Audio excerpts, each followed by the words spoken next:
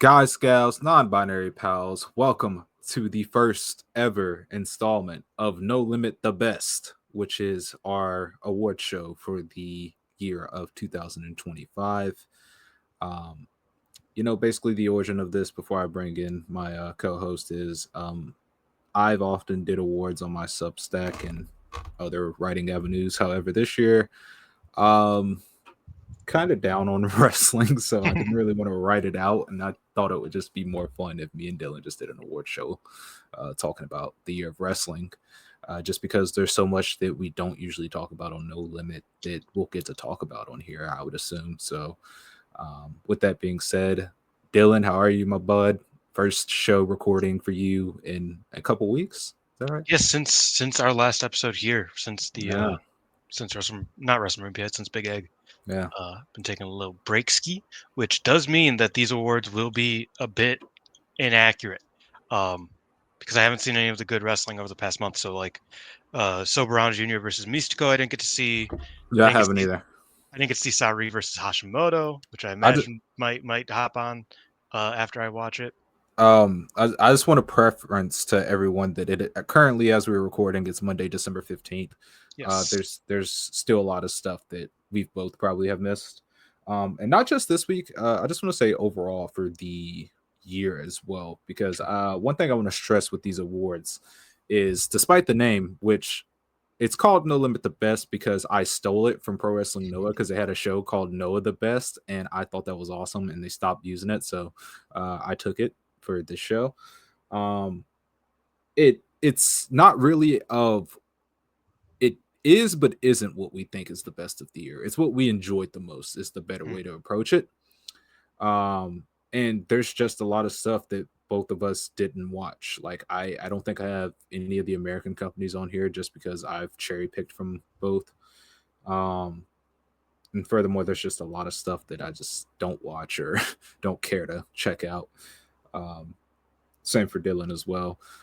But with that being said, if you have an issue with any of the awards given today or picks or anything, this is my suggestion to all of you listening, and I just want you to turn your earbuds up for this one. It's called "Start Your Own Podcast, Do Your Own Award Show." Because Fair listen, point. man, we're just here to have a good time, and hopefully y'all enjoy what our thoughts were on the year. So, Dylan, before we get into the awards, what was the last relevant thing you watched as far as in the realm of wrestling? Was it Cena's last match? I just watched some Marigold stuff this morning, but Okay. Oh, yeah, yeah, yeah, yeah, I've seen his last match. It's like the last yeah. like real, Okay. Okay. real thing. I, I So, knew I knew you'd be back for that, so I just oh, assumed that. obviously, I was Yeah, crying. I yeah. was Oh, crying. me too. Me too. It sucks that WWE's fucking terrible because he can't even get a Wrestler of the Year nod from me because Yeah, I suck. yeah. No, But I was kind of upset about that. Like, cause not even that like necessarily Wrestler of the Year like on this, but like I was checking my match guy calculator. Which, by the way, if you are a frequent checker of that, these are completely different because math and like mhm. uh, Riz are different things. Um, I don't know why I used the word Riz, but I was checking. I was like, John Cena's like 92nd or something, because or not even. I think he's like 192nd because he's had like two good matches this year because they just haven't really booked him into anything I want to watch, which has always been frustrating. But yeah, so I've missed a few things, Mhm. obviously, uh, but well, I have mostly my thoughts kind of panned out pretty well, so I think we're all good. Also, just for preface, Xavi did not inform me this was that we had a name, so I just put the first annual No Limit Awards. That is not true because I literally said when I You pitched probably this did, but idea. I forgot. Yeah, and yeah, I was gonna say, don't you try to back this on me, man, and say I didn't tell you anything because I did. Nevertheless, I would love to hear y'all's thoughts on what we picked and some of y'all's favorite stuff of the year. I don't know if people are making any awards or anything like that, but I do want to say before we actually get into the first award, I think Dylan feels the same way. Have thought wrestling has sucked ass this year. Yeah. like, like if you don't have biases, I don't know how you're still a wrestling fan at the end of this year, because as you'll see whenever I like read out my awards, it was carried by my biases. If I didn't have these, I probably would have quit watching wrestling this year just because it was just such a bad year all across the board. Because even the high end stuff from like companies that had like Noah, for example, it's Mm. like overshadowed because they have some fuck shit on like the undercard, and it's just annoying. But I think that's just the story of the whole year. Um, Yeah, I feel like one thing, and I talked to our third man, Scott E. Wrestling. I talked mhm. to him the other day, and we were like, anybody who had a good first half of the year had a pretty bad second half, and anybody who has Yeah. like figured out some good stuff Hmm. in the second half had like a bad first half or didn't wrestle their first half, like Yeah. they're just like something happened. Like nobody's had, maybe not nobody, but very few people have had like a good Yeah, I year was going to say, I beginning beg to to the end. differ. No, there's There's a been a few. handful. There's been some. Don't get me wrong, but like, especially on the men's side, I think that was kind of Yeah. when I was looking at male MVP, I was Yeah. struggling to find, because there are like a handful of wrestlers who I really liked this Yeah. year, who I thought had great matches throughout it. But like, in fact, both of them are New Japan wrestlers. In fact, just at some point just stopped, like just Yeah. stopped. Oh, buddy, I have one New Japan wrestler on there, and I promise it ain't the one you Yeah. have. No, but literally for me, my male MVPs for that matter, the top two or three spots were like locked for me. The rest were kind Mm. of negotiable. Even though one person I thought was outstanding, I almost left him off the list for somebody, and I'll get to that reason why later. But I just couldn't just thinking about their hit rate. Mm. And that's another big thing about picking these awards is I kind of threw out logic a little bit as far as my spreadsheet and all that because obviously I haven't updated it because I got really busy. I just tried to remember what I enjoyed. I was like, Yeah, what that's if fair. I look at I just looked up a bunch of matches that were on my spreadsheet plus that I know I've watched in recent months, and I just go, did I enjoy this, and if so, to what scale and all that. But anyway, let's go ahead and get into our first award of. Oh, wait. You got to Oh, you got to read them out first. oh yeah. Well, here are the awards. I forgot that you had this little section. Well, that's okay.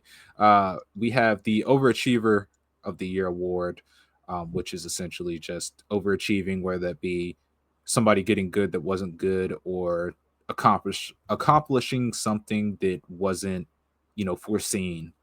Um, Around this time last year, I guess is the best way to put it. The Try Better Next Time award, which is a Dylan staple, and It's not even an basically, award. It's more of like a pitiful shaming. yeah, it's Uh, a shaming plus a statement of yeah. three people we want to see do better next year. Three shows of the year, pretty straightforward. Booker of the year, three picks, straightforward. Although I almost didn't pick anybody. um, Yeah.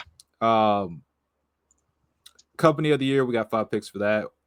Faction of the year, three picks because factions really weren't on shit in terms of a lot of factions weren't that important to their companies. Mm. Faction warfare wasn't at a like all time high this year in comparison to like years past. Tag team of the year, we have five picks for that. And I'll tell you what, it took me like half an hour to pick five tag teams Yeah. because I was like, brother. And the teams I I kind settled of on, spoiled you last night. That I was like, I think I just have like default answers here, just no, because like, I yeah, don't know. well, legitimately, the tag teams I have, I think two teams on here, and they're from the same company, actually had a full length run the whole year. Most of it's the others are just like recently or very early in the year. They didn't have a long Yeah. run. Male MVP, pretty straightforward. Female MVP, pretty straightforward. And then we ended off with 10 matches of the year. I'm excited. I'm excited to talk about our thoughts and what we picked. So let's go ahead and get to the first award of the night, that being the Overachiever of the Year award. As it says right there, wrestlers who impressed in performance or accomplishments in 2025. We will go in reverse order from 5 to 1. And I'll start things Oh, off. three, three, three. Oh, yeah. Or, yeah. Yeah. Well, I mean, so talking in general for the whole award show. That's my bad. Yes. But Yeah. for True. this True. one, True. it is 3 to 1. Um, I don't have to scramble for an extra two. yeah. Dylan, would you like to kick this off? Who was your three for Um. Overachiever of the Year award? So again, we kind of came up with this last minute. I kind of came up with it last Yes. minute, but I kind of, so I Yeah. was Yeah. trying to figure out like Yeah. what fit Yeah. the vibe. tried to think about like a year ago right now, and Mhm, I couldn't fit her really anywhere else on this. mhm, And she's had a really, admittedly, pretty crap last couple months of the year. mhm, But to see her get to the level mhm. again this year that she hasn't in recent years, that I'd never thought she would again. I put Takumi Iroha at my Yeah, 3 yeah, because the that's fair. first, as someone who, as we'll talk about a little bit later, really loved the Utami match, and that was kind of the last Yeah, great Iroha match in my opinion this year. But as somebody who loved that and pretty much everything that happened before it, uh, uh, throughout the year, I mhm, was really happy with what she did because you gotta remember last year I was expecting her to kind of forever just be a shell of what she once was.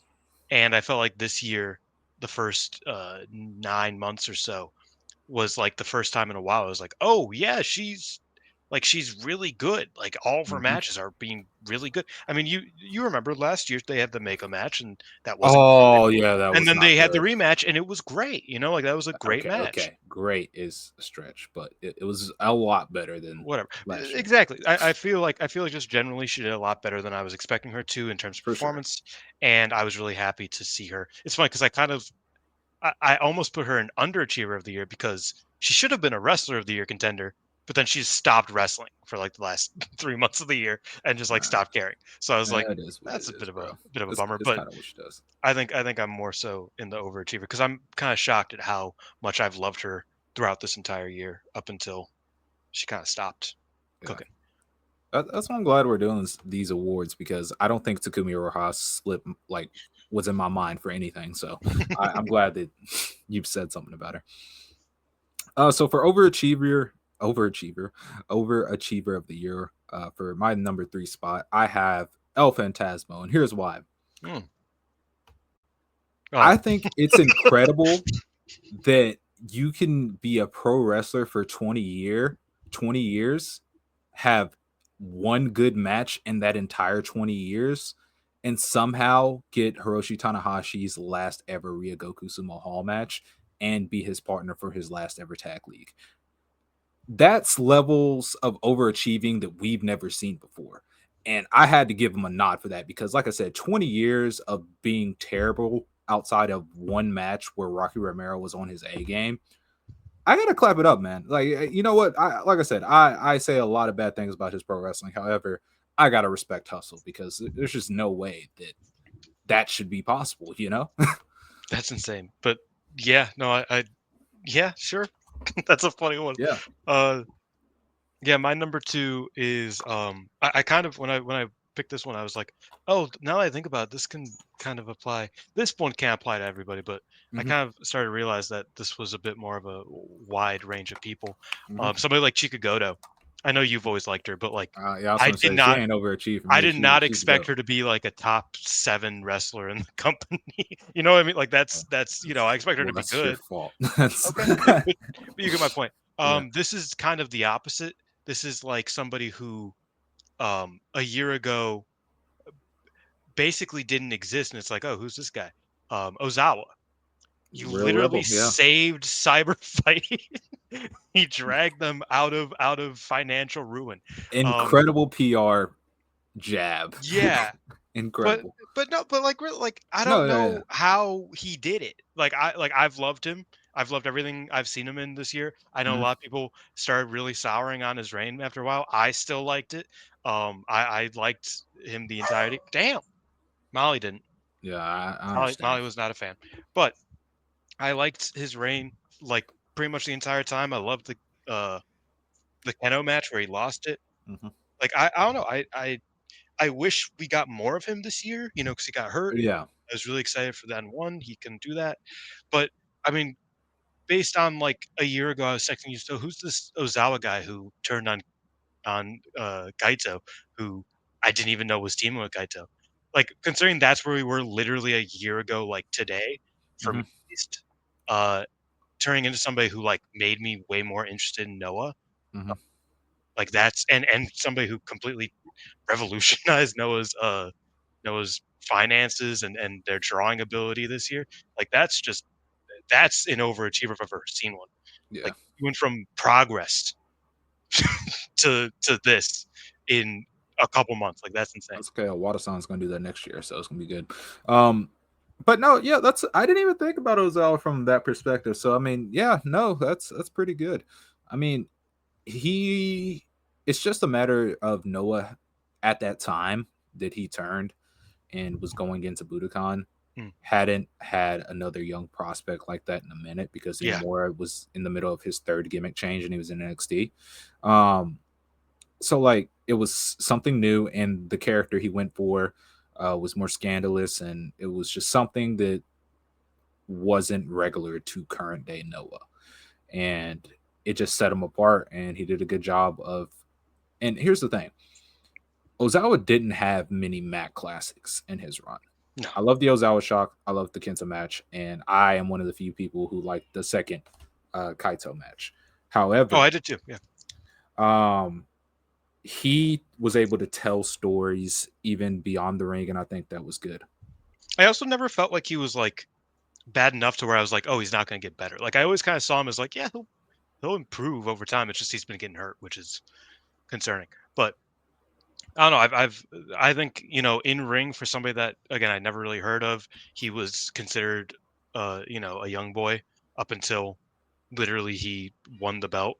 Like I think that was just really impressive, and I've loved everything I've seen from him this year. I even love him getting hurt and doing the little like cultish thing where he shaved his Mhm. mustache and started being all like peaceful and him working with the boot and then just jumping and it's like wait a minute that Yeah, just the small things like I just have every time I've seen Ozawa on my timeline or watching wrestling matches that he has I've really enjoyed it even the ones that I'm like oh man you gotta be better I still found a silver lining of like he's good enough to like get better and he has the charisma to keep me engaged. So I was a big Ozawa fan all year. Um and yeah, I think he overachieved. It was hard for me to not to spoil it, but it was hard for me to put him in uh wrestler of the year because he missed the the big, put up or shut up yeah, that's moment of fair. the year. But That's fair. you know, Um, also he so had those for shortcomings, obviously. But go on, so sorry. for number two, um, here's where I have my first of a few shared spots. And it's for similar reasons because it's for the exact same purpose, honestly. I have Masaki Tamiya and Momo Watanabe because Hmm. they went from perennial losers to still perennial losers. However, they won their company's biggest tournaments of the year. And I don't know where Momo got her title match. I just remember I wasn't too crazy about the match, but Crimson Nightmare, yeah. well, venue wise, um, I don't because remember. because Masa main evented Ryogoku, Yeah, true. and that's crazy. Um, so like they got the accomplishment, and while they didn't get the big belts, they got accomplishments that we didn't think was possible for them at this stage. I think it was fair to give up on them. And while Moss is kind of back in limbo, I still feel better about him going forward, possibly winning the big belt because he did get basically a shot in the arm. Mm. As for Momo, I'm gonna be honest. I have zero faith in her winning the world title. I want to be wrong so bad, and I'm just gonna say it, and hopefully the gods prove me wrong and just give her the belt because I just don't have any faith that it will happen. But they overachieved by that aspect. They won the biggest tournaments of the year when I think going into both tournaments, I don't think many suspected either one had a chance. So No. I I just think previewed they both tournaments and both of them were like non-factors. It felt like. yeah. Um, but hey, they overachieved, and I'm happy about it actually. So Yeah, no, I agree. I don't know if well, actually, I don't know if I agree with Momo because I feel like she did absolutely nothing and then she won it and then she kept doing absolutely nothing. So I don't even know if I would call her an overachiever or just like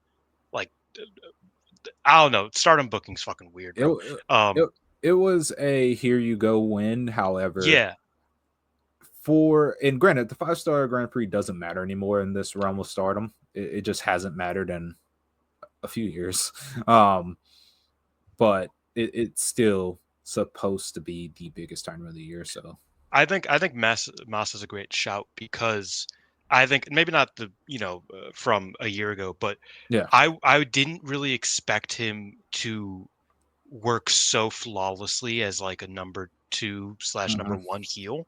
Um, he's great in that role. He kind Like of ran he's his really course as Masaki yeah, Tajiri, yeah, the for sure. face, and he needed a fresh coat of paint, but I didn't think it would go this well. I did not expect him. Obviously, I didn't expect him to win the tournament, but I also just didn't expect him to be like Hmm. really good at it. Him and Sugiura, I loved them as me and you watched them versus Hank and Tank together, and we were like, these guys shouldn't be getting this good of a match out of these white boys. This is kind of Yeah, out of crazy. Hank and or Um, Tank, yeah. yeah, like we were like, this is not the worst foreigner versus Japanese guy match on the card. This is crazy. Um, Shouts out the Ninja, but Yeah. yeah, like I don't know. I just think I totally agree. I think Masa's like overachieved in every sense of the word this year because like Mm. he did get that big tournament win. He got the Ryogoku main event, and he has been really good in this role that I wasn't sure if he could do this well. At least like I Mhm. never thought he'd be a terrible heel but No, I was he just done surprised. it so well that Yeah, kind yeah. of shocked you. So totally agree with Masa, especially my number one, and this is kind of just going to be the story of this a little bit. I watch two companies more than like pretty much any other company, so I kind of have a bit more of a curve. But Ami Sore, um, I she got hurt last year, and when at the time she got hurt, I was like, this is one of the weakest wrestlers on the roster that are trying to push legitimately. I don't like her. I think she's very bland. I think she's bad. I'm bummed she's hurt, but like I need a break. I have Ami Sori fatigue. And then she came back and was like one of the hardest workers on the roster. Got really good matches throughout the entire tournament in a pretty weak block. Like she wasn't positioned to be strong, I think, if I remember. Yeah. Yeah, she like her block wasn't the best and she did the most with it. And I feel like just that Ida match that we just saw a couple weeks ago at the Storm Corkin, she Hmm. just has really transformed into one of like my preferred wrestlers on the roster. And that, obviously might not be an overachiever in some people's eyes, but to go from, number 30 on a 35 person roster to like number 5 on a 40-person roster. I know I'm hyperbolizing, but like that's a jump. And to be somebody who I really recognize as like when I feel like people aren't putting in effort, I know Ami's putting in effort. I think that's a really great overachievement of hers. It is a bit hard to say because she was hurt, so it's like year to year didn't really. But still, I think the second half of the year that she's been back has been full of really good performances and really fun performances, and she's really gained my respect because she actually tries on a lot of shows when some other people don't in the company. Uh, hey man, I'm right there with you because she was also my number one just for reasons that you said, but also I think she just overachieves by being a terrible wrestler before to being a actively very good one now. I think Yeah, that's the biggest way you can overachieve if you're big one jump. of, Yeah. especially in Stardom now, where you're one of the bright spots of the company in terms of your performances. I think that just makes you an overachiever in every aspect of the word. So she was also my number one for that matter.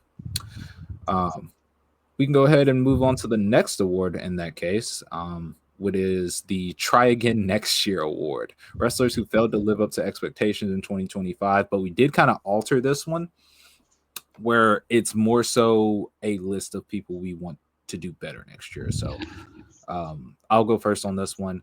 My third, I have Yoshiki Kato from Dragon Gate. Yoshiki Kato's tag partner Ishin had a big breakout year this year, and it's Yeah. not so much that I think Kato's bad by any means, but I want him to have that same jump next year. Ishin had his leap this year. I want Kato to follow in his footsteps. They're partners, and I just really want him to take that next step amongst his generation. He just needs to add another layer to his work instead of just focusing on the power aspect, which I think a lot of people do wrong. I think he just needs another layer to his offense. But other than that, that's really the only reason I have him here is just because I want to see him take that leap. Not necessarily that I think he underperformed or anything. I just think he needs to take that next leap just to keep up with his partner. And just because I really think that his faction needs it because Madoka Kikuta is terrible at pro wrestling. Jason Lee is wrestling in slow motion. Want Kota Minoura to just debut new finishers every show again. Like he needs to help Ishin out here. Yeah, that's fair. I don't watch Dragon Gate, so I can't comment. Yeah, But I do agree that things aren't sounding great for Homeboy for that faction at all. In fact, it yeah. sounds not fun. Um, my number three, I like all three of these wrestlers. I want to preface that. Mm-hmm. Uh, my number three is very fitting for number three because there's a pretty big gap between her and the other two. Um, it's Natsumi Shizuki. Mm-hmm. Unfortunately, she got hurt halfway Yeah, through the year, so I can't fully, it's not like, but she had the Yuzuki match to start the year. I thought that was weaker than what I expected from her. Her and Gochika teamed up. I think for the tag belts, or maybe it was a non-title, but it was against non-title. yeah, against Passion Family, and I thought that she was the weakest link of that match. She had a singles match against Nanai. I also didn't think that was up to her caliber. Like really, I didn't think that she was bad at all. Like I didn't think she ever Mm-hmm. like was like, oh, like it's not clicking. But there was a really weird ceiling on her matches this year that wasn't there last year. Yeah, And in part, it's a small sample size. Like I said, I named three of maybe four for notable matches yeah, that happened this year. Um, but even on house shows, I felt like she was a bit uninspired. yeah. To And be fair, in her defense, she had to be the foil for the early Darkness yeah, Revolution stuff. So yeah, that's true. I'm not Yeah, gonna hold that to her because they didn't figure it all out no, at all I at definitely that get point. that. I definitely agree, and I definitely get that. And yeah, because she was very often paired against them, and they, as much as I really like them, were really hit or miss, especially earlier in the year. I And think yeah, they so were missing more than they were they were hitting. missing. No, They you're right. You're right. definitely figured it out, but at that point they were just throwing stuff at the wall and hoping it was sticking, and it just wasn't. So Yeah, no, I definitely can agree with that. So I I hesitated to put her on there, and she was kind of like, I think she kind of fits the billing mhm, better than anybody. But yeah, this is very much like a, I believe you're going to be better next year.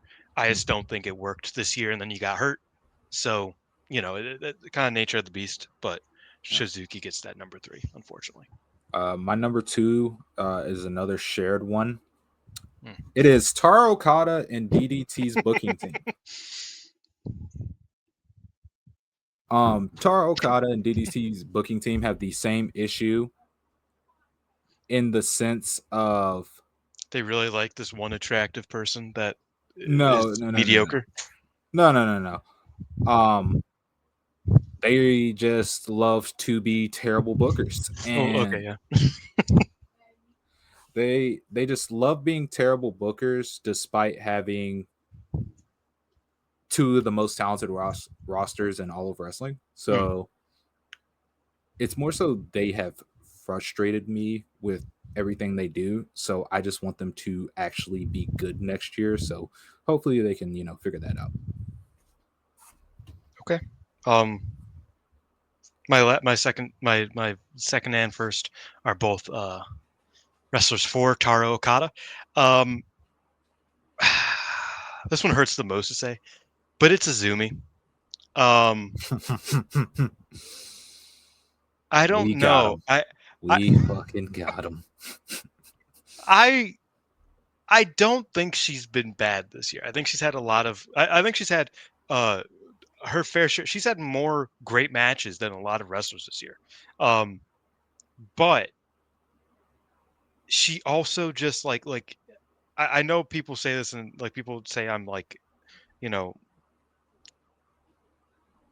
exaggerating, but just the light in like her fire is gone.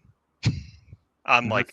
like that's why I stopped watching house shows. That's why I stopped watching Stardom house shows because I was like, if Azumi doesn't care no more, I don't care no more. The fuck are you talking about? And that was kind of the vibe I got from her this year. She Hmm. had the great Mayu match in the dome. She had the great Saya match that was then followed by a pretty poor Saya match, Yeah. unfortunately. She had the poor kid match. Like her tag league wasn't like it just and as someone who does watch or did watch the house shows of these smaller Joshi companies, or Hmm. not smaller, but of The Marigold and smaller, Stardom. yeah. But as somebody who watches the smaller shows for them, I can sense that it's like, okay, she just is really taking her foot off the gas here, and I really wish she wouldn't. I really hope that she uh, puts it back on the gas next year, especially because she did get pushed more this year than she has in the past. She got a 5-star final appearance. She got the white belt match. She got the match against Mayu. She got the Bozilla match. She beat Bozilla. In fact, I want better for her, Hmm. but I also wonder if she wants better for herself. Um, and that's kind of a bummer overall. So yeah, that's what I'll say. And again, this is for That's how I stick. know wrestling's been bad this year because I watched you throughout the year progressively give up on your favorite wrestler. Yeah, like this is my favorite wrestler of like every year for the past 5 years or something like that. Not literally like I've thought there were better wrestlers, but like legitimately, she was always like very high up on my rankings and whatnot. Like I don't know. And she still is. She's still one of the higher rated Stardom wrestlers, one of the better Stardom wrestlers just on hit rate, um, technically. But there's just really something missing from her game, and it feels like it's passion ultimately. uh, she needs some deny therapy sessions. I don't think that can save her. She might just be done. um, Okay then, man. my number She's gonna try one, harder next year. Okay. my number one goes to Yoda Tsuji. I and Dylan actually Oh, both I agree. are non-believers in Yoda Tsuji. Yep. I couldn't see a guy, and I just want to preface this. I want to like Yoda Tsuji because everything he does outside of the ring is great. His interviews are great. The way he carries himself, the way he's insistent on propping up his entire generation, like he did in his G1 interview. He was like, "Oh, you know, Narita and Uemura, they're genius pro wrestlers, and then we have guys who can brawl." And like he put over his entire generation because the booking won't. He loves evil. That's a big thing for me. I love that. He respects the house. He thinks Gabe Kid's really bald, and it's like, bro, can you stop that? Um, and ultimately, he's the guy they're crowning first, and he's going to be the guy leading the post Tanahashi New Japan, and he just needs to step it up because I understand why people like Yoda. As somebody who watches the Yoda matches, I can understand why people like him, but for all the reasons they like him are the reasons I dislike him. Selling isn't good. He's just constant offense, offense, offense, offense. There's nothing other than just him trying to do offense. You try to tell a story with him, it gets derailed very quickly. The only time that I thought he was great was versus Tanahashi, who was on a run. I Mm. actually, I almost put Tanahashi in my Wrestler of the Year thing just for what he did for Yoda alone. Um, and David Finley, who's just been a monster amongst the young generation this year. So Yeah. ultimately, like I said, I actively want to watch, like, I want to like Yoda. However, he just doesn't do anything for me, and I want him to change that next year because I have fears when it comes to him versus Takeshita. I'm glad they're not main eventing because if they go beyond 20, it's going to be bad. One of them is going to have to sell limbs, and they are both very bad at it. So like I just want him to turn it to another gear and actually prove, okay, I'm the right person to be leading this. Because outside the ring, like I said, I love Yoda Tsuji outside the ring because he says everything someone who's going to lead this generation should say. He has a good mind for pro wrestling. And Mm. obviously, being on the Naito Learning Tree, it's not a shocker, but it's just a matter of I want him to put it all together, and I want to be able to enjoy his matches. Yeah, I feel like for Yoda Suji, I actually think his year this year has been weaker in ring than his year last year. Because last year I did really enjoy his G1. Um, well, actually, last year had the Naito match though. I think David Finley saved his life this year, so I'll take that. David Finley saved his life last year too. Was Yeah. the funny thing. Like David Finley, we'll talk about him later. I will at least. Just he's a lifesaver. He saves. He's fucking one of the last. Hmm. You know, interesting and you know, whatever. Talk about it later. Yeah, no, I agree. I think Yoda Suji. We're both lower on Yoda Suji than most. I'm a bigger Yuya guy. You're a bigger Oiwa guy. But Hmm. we both want to see these guys. We're both huge Red Narita guys. Um, we both want to see these guys succeed. But yeah, Yoda just has he just disconnects. He doesn't really connect with me, I guess. Hmm. Like I think his style feels very vapid, and sometimes that's okay. But when you're being positioned the way he is, and when you're supposed to be, the big dog in this sort of situation, I just feel like there needs to be more depth to his game. Hmm. Um, Again, sorry for kind of sticking to what I know this year, but my number one is Bozilla. Um, Shots. Yeah. No. Yeah. You're right. I I will say to before you say anything, the brief amount of ring time she got in the Goddesses semifinals is probably the most inspired work I've seen from her since the I wouldn't be Sari surprised. match. Yeah. Yeah, but that's kind of the thing. Like she again I don't has think she's had done good that all matches. year. I haven't seen, so I don't know. But I don't No, think but she's done that all year. like the problem is, it's not even a stardom problem. Like the Azumi thing, you Hmm. can kind of boil it down to stardom's in a weird spot. Stardom's in a different spot.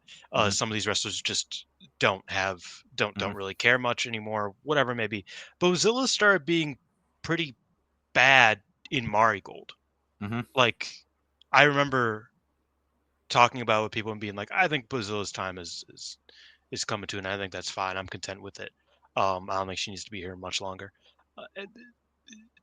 For She someone who's she's in one of she's involved. Yeah, I mean, listen, I'm not saying it's her fault, but she's involved in one one of of the the worst worst matches matches of the the year. match So of the year, yeah, against Chiaki and Nozaki, who tried their fucking best, man. So whose fault was it? It wasn't theirs. They were trying. it Um, wasn't both it either. wasn't all, but no, it was partially, but yeah, it was mostly tanks. But still, um, I just think that like her big shots last year were Hmm. great. Her big shots this year were at best good. Hmm. The Izumi match was really good. I will give her that. But the Utami match disappointed. The her 5-star Suzu match was good, but like it's hard to even like think of matches of Bozilla's this year that left a good taste in your mouth. Um, and that's a shame because coming into the scene last year, like she was a house of fire. I mean, she had two of the best matches of year one Marigold Hmm. with Sari and with Nanai. Hmm. She had two with Nanai, and both of them were great. Like I don't know, I think at some point her style started to shift. Um, She started working more American wrestling Yeah, heel. I think Um, I would agree, and I think that started and at the beginning of the year. I understand her standpoint because I imagine she does want to get signed eventually. Mm, However, the performance she had in the Goddesses semis and the makeshift team with Kuragane, like I said, it's the most inspired stuff I've seen from her just from the eye test since the Sari match, just because she is just very good in her role as big babyface tweener, I guess, powerhouse that is there to defend her friend who's a loser. yeah, Like I think that's a nice little role for her. Not saying that has to be the peak, but I like that as opposed to I'm gonna work this big American heel style. no, I think that's right, and I think the other match of hers that was like notably really good this year, if I'm not forgetting any, was the Passion Family match. Yeah, Um, yeah, yeah. Again, a tag match, Once but again, like Nanai. yeah. Oh, you know what? Actually, I'll give her this. Bozilla has had a solid year in key tag matches because Bozilla and Momino against Oka and Oh Hito yeah, also happened this year. But I just named two of her three matches that I thought were good this year were in January. Like yeah, that's not great. Um, Yeah, I don't know. I think when you have that Hmm. much heat behind you, when Hmm. you come in, getting chanted over Julia, Sari, and Utami, like you should you Hmm. should strive for greatness continuously. And I'm not saying that she's not. I have nothing but respect for her, but No, I'm still a believer. yeah, like I think she can't. Again, all three of these She's like wrestlers, our I think once she again, she's can do our better age, next so year. like she'll turn it around eventually. Yeah, We just O want three it line. to be sooner. Yeah, no, I agree, and I think that like this was maybe she got hit with the sophomore jinx. That's okay. Hmm. I just think she needs to try again next year and get the That's why job there's done a awards bit here. better. Yeah. So yeah, I like all three of my wrestlers. You like One. yeah. I mean, I Um, like Yoda Suji outside of yeah, her. but I get you. But yeah, like I don't know. I think there's more for all of them Try to be better next done year. next year. Exactly. Next, let's get into show of the year. Starting from three, what is your third show of the year? I almost said match of the year. That is not correct. What a What is your question. third? You go first.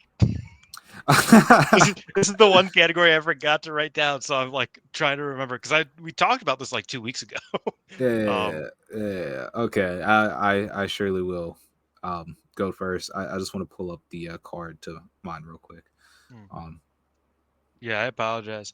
uh, Um, but at three, I have Ganbare Pro Wrestling Bad Lieutenant in Takamashi Dara Community Center in front of 129, baby. Um, this show was one of those shows that exceeded my expectations by a lot. Although they had a main event that I was super psyched about from the moment it was announced because it's old people and I love old people. But from top to bottom, it was just a really good card that really showcased the roster. It had the best Rukia match I've ever seen in my life. Granted, I'm not watching DDT undercards, but like Watase beat the dog shit out of him, and I thought it was the best performance Rukia ever had. Monase and Yuri have been really good in the intergender matches that Afghan Pro have lined up for them this year, and this one was another good one.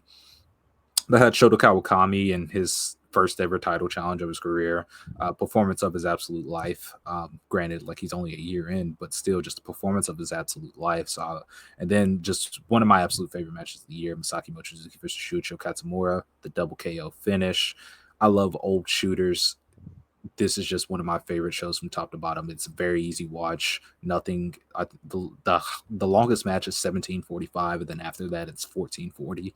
So like it's a very easy light watch. So that is my third favorite show of the year. that's a good shout. My number three, the three is a lot harder than um the one and the two. Hmm. I a big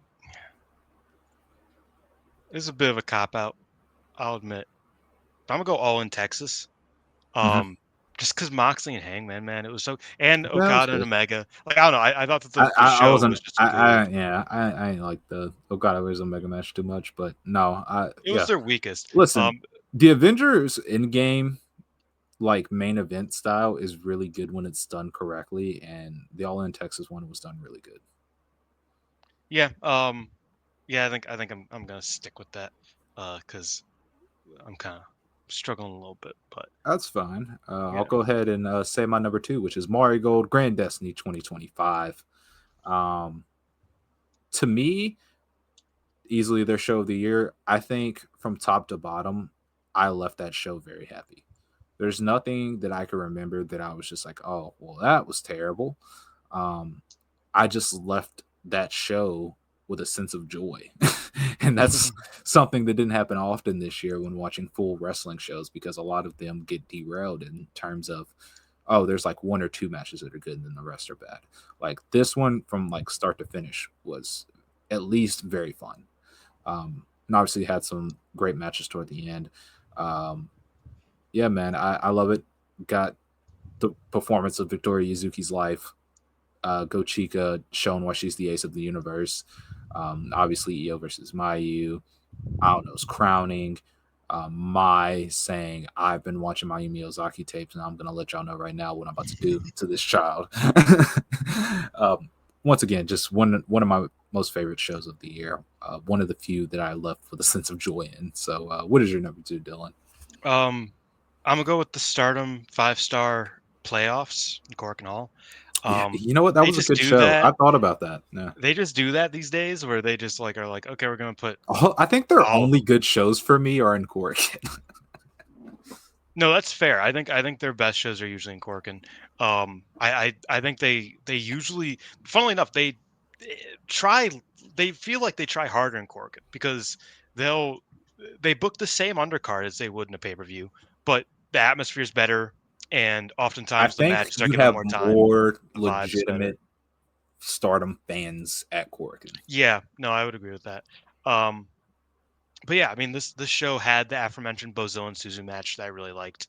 It had Azumi's Han. one good singles performance to Yeah, I good, mean man. Shouts out. it had one hell of a night from Azumi. I love that this show is like Garena win. almost Like, come almost on. proving me wrong in my last one, but like this had one of the best like one night performances you can ask for from Azumi, with the Hanan match followed by the Sai Kamatani match. Both matches absolutely tremendous. The like you said, the Rena win was big here. Mhm. The both Rena wins. I thought that Momo versus Saori, it depends on how you feel about, like, very Yeah. polarizing match. I really The liked all finish of the was bullshit. the, I the I, like yeah, the finish was I I thought it was mean fun. bad to some degree, but the match itself was still really good. The It match was was really good, and then the yeah, finish was the most hilariously bad thing ever. So I was like, you know yeah, what, that counts. I think yeah, I'm chill. yeah, no. Yeah, great show, top to bottom, and they also had the Rooks go in and have a solid match. Like, I'm looking at my like grades for this card. They didn't gray anything out. You know, what I mean, they had a Uh-huh. serviceable match in between all of the chaos, and I appreciate them for that as well. Top to bottom, really great card. Hmm. Probably like from like that top to bottom type of thing. Yeah, Probably the strongest of the year, but yeah. it just, it's a playoff show for That five that stars. Of course almost it is. was my third. However, unfortunately, Masaki Mochizuki moves me to levels that I don't think Understandable. anybody in current stardom will. um, and number one, come on, man. This won't be the last time you hear about it. But it's Purge Night of Torture, of course, the best New Japan show of all the year, and it wasn't booked by Gato. 10 out of 10 across the board. Obviously, we had some questionable individuals involved, but they were in the second match, and I didn't care about the second match. So, um, but yeah, man. The only thing this show submitted to me is anybody in this company would be better at booking New Japan than the people who currently do. Yeah. Um, also, it just was a big victory lap for me because this show sold out in 20 minutes of tickets going on sale with only Evil versus Skywalker announced.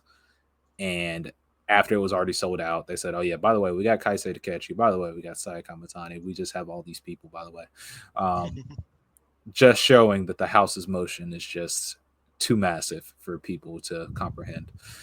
But yeah, I won't say too much about it because trust me, this won't be the last time we hear about the Purge from my end. So all I'll say is it's the only New Japan pay per view that I bought because once again I had to show some love, and plus I just love it. It's one of my favorite. Like I said, one of those shows that I love with a sense of joy. So Mm. Yeah, one kind of honorable mention that I kind of forgot. It's not nowhere near number one, but yeah, uh, you know, around maybe not three. Again, this is the one that's fine. category I forgot to Yeah, write down. I really liked the 25th anniversary Noah show in Ryogoku yeah, yeah, with yeah. That Ozawa was really Kenta. good. I'm looking at like all those matches. I'm just like, I liked Are basically you talking everything on about this card. Ryogoku or are you talking about the Korakuen? The Ryogoku. Ryogoku, yeah, Yeah. Um, I might have skipped a couple matches. That's why I'm like, I'm not for sure. But because yeah, I have 6 matches and they usually do like 8, so I might yeah. have skipped a couple. But really good That's match, fine. really good show, top to bottom. I really appreciate it. But my number one is Margold, Grand Destiny. It's just, come on, man.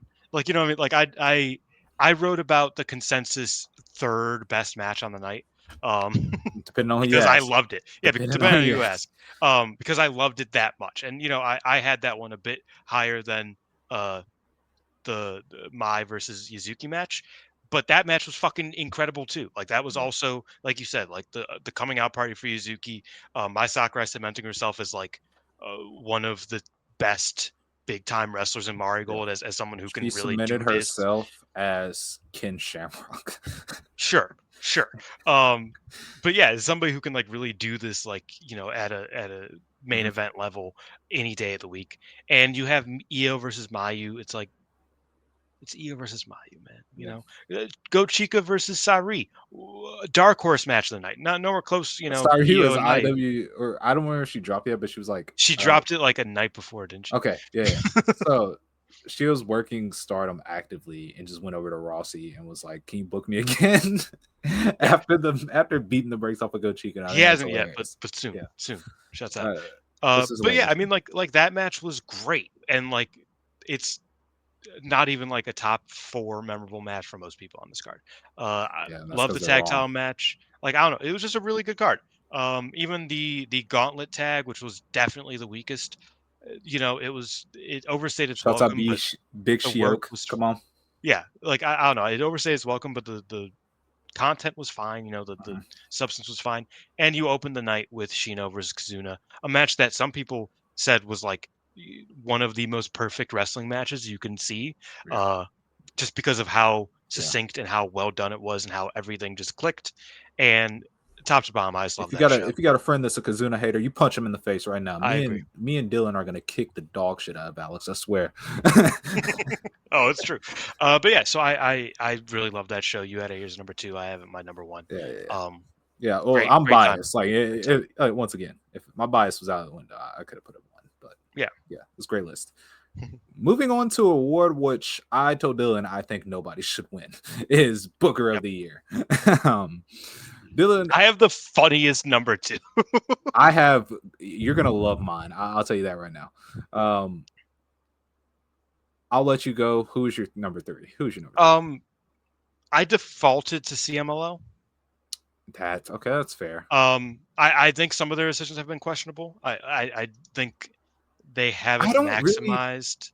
That I think their big shows were not maximized to the point where it's like, I mean, I last think year, Anniversario was really weak yeah, like in I think comparison to they've like last year. they've struggled to like maybe not struggled, but they haven't capitalized on how great they've been this year Hmm. in a booking sense. And they just Yeah, put the yeah, belt on Claudio. They took the belt off Grand Guerrero. What the fuck? Fuck you. You know what I mean? yeah. Like, I don't know. Actually, no. That's What? Take him off the list for that. that What? that I almost did. That's the it was hard to find anybody else. Um, Yeah, yeah. but I mean, it's CMLL. They still book strongly. Hmm. Their formula works, and they know their formula, and I think that is important, and I think they are able to do that very well. Yeah, I mean, there were plenty of problems I had with them Hmm. in terms of their booking, in terms of like their matchmaking. A lot of time, I feel like some of it could have been a lot better, but naturally they didn't ruffle my feathers enough, and I Hmm. liked what they produced all year. We'll be talking about them in a few minutes, Hmm. so like I think that helped a lot. But yeah, that's my number three. As you said, not easy to find these. Yeah, Not easy to yeah, find yeah. these bookers of the year. Number three for me is Mako Satomura, Sendai Girls for Wrestling. She just gave the belt to Hosh and just let Hosh run, and that's enough for me. I have the funniest number two, Yeah, who's your number two? I love to hear it. Mayumi Ozaki. Not because I like Oz Academy, but because it works. Like, I mean, The idea of her giving herself this massive story every year, yeah, like I love it. I it love it. works. It's I great. think I think she lucked out having the Kato retirement run as well. I think Yeah, Kato yeah. worked really well. She was able to book Kato was Kato in like awesome. interesting matches and really like cool Hmm. placement. She got to use FWC early, which I Hmm. think she did very well. Like, I think she booked them very well, and you know, Yeah, she gave him belts, of yeah, she course. gave them, but she also put them in there with like good tag teams and like really Hmm. like made that run matter for what it was. And putting the belt on Ano is cool. Booking the most over faction in wrestling is cool. Like, you know, regardless of if I like am a big Oz Academy fan, I think like this is the one place where I was like, bias aside, she was a good booker. Like, she Hmm. did what Oz Academy needed her to do from a booking standpoint. So I looking at the year, I was like, yeah, I mean, she didn't do anything like wrong. Like, she did everything right pretty much. So Hmm. like, yeah, good for her. Uh, Rough year when I'm giving this much praise to Oz Academy. Yeah. Number two for me is Keno. and here's why. His anniversary Korakuen, awesome. Yeah. The Kenoh versus Mako exhibition, awesome. The main event, the Tokyo Tornado versus Jinsei Kenoh match, awesome. Kenta versus Daiki Otoshima, awesome. That, and you can very much look at current Noah and see Kenoh's fingerprints all over it, from the heavy Mm. usage of social media to advance storylines to everybody attaching themselves to a rival. All of this is Kenoh's vision.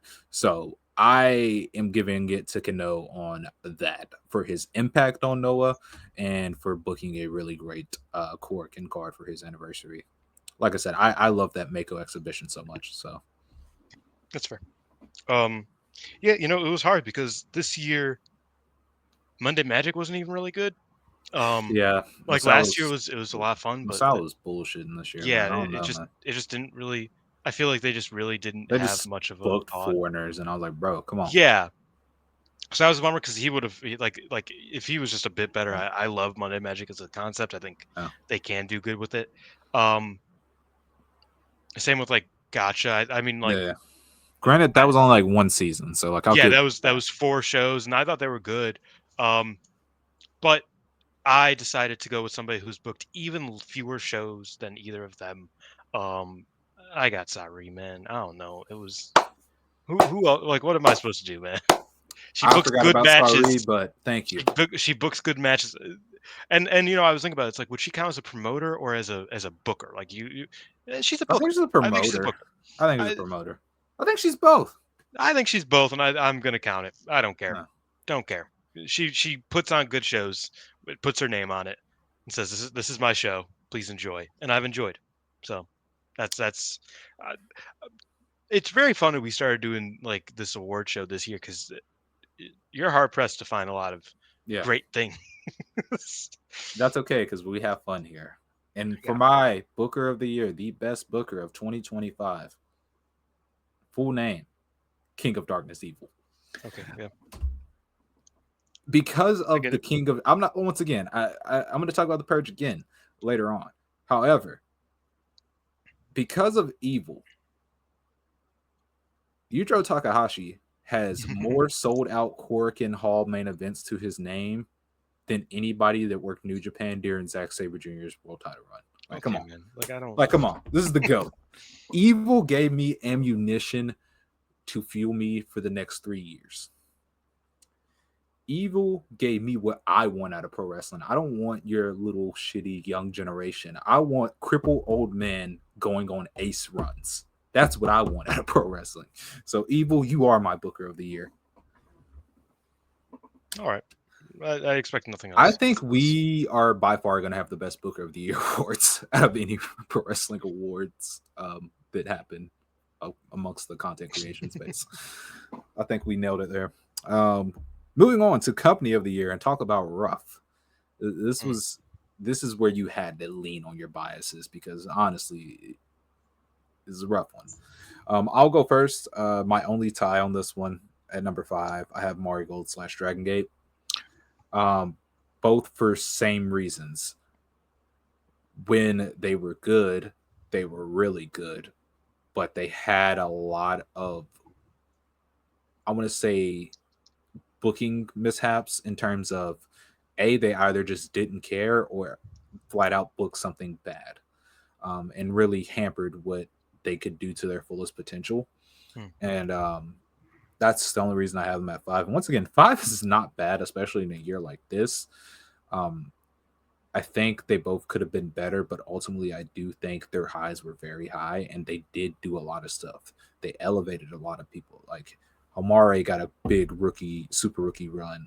Seri got a big super rookie run. They were pretty what was I say? Shit. Ishin had his breakout. They pushed Yuzuki real hard for her breakout. I think they were very similar and had similar issues in the sense of if they just did things a little bit differently and cared about their belts a little bit more, also, they could be very high. They both could be higher on this list and in different slots. Because that was also a big point of contention for me, especially in Dragon Gate, is where there were points in the year where the belts just didn't matter, and I was like, "Come on, man." Yeah, no, I think that's fair. I actually only did three, but I just wrote down an extra Hey, two. yeah, I was gonna say Um, just let it rock. I think Marvelous gets number five. Um, Hmm. it's kind of hard because like a lot of their best stuff kind of happened in Marigold, um, and the booking was pretty terrible. I mean, I'm Yeah, I'm still pissed at Chigusa for turning Magenta heel, but dude. No, yeah, no. Actually, I'm gonna get mad if we talk about Marvelous any longer. yeah, but I think like I said earlier, I think Takumi Iroha showed up Hmm. for the first time in a long time. Senka Akatsuki is obviously a big deal and was Hmm. a big deal for the first, however long of the year. I think Hmm. they're one of the handful of companies that had a good Hmm. WrestleMania weekend show. So like that's impressive. Hmm. Nobody does that these days. Um, and yeah, I think a lot of it's carried by just having a very strong core roster. And not necessarily like, oh, they had a high volume of great shows, but I've I think Marvelous decided that they were going to come out of hibernating for the first time in a couple years, and they kind of showed out. And I did enjoy King Gotcha, which I count as Marvelous. I enjoyed it for what it was, so I'll give them the props as number five. Um, yeah, I kind of feel weird not having Stardom on, but Yeah, I they don't were either. like I feel like they shouldn't be on because I this is for me, this is the weakest year Stardom has had since I started watching it. Um, if they were They going to haven't be earned it for anywhere, me.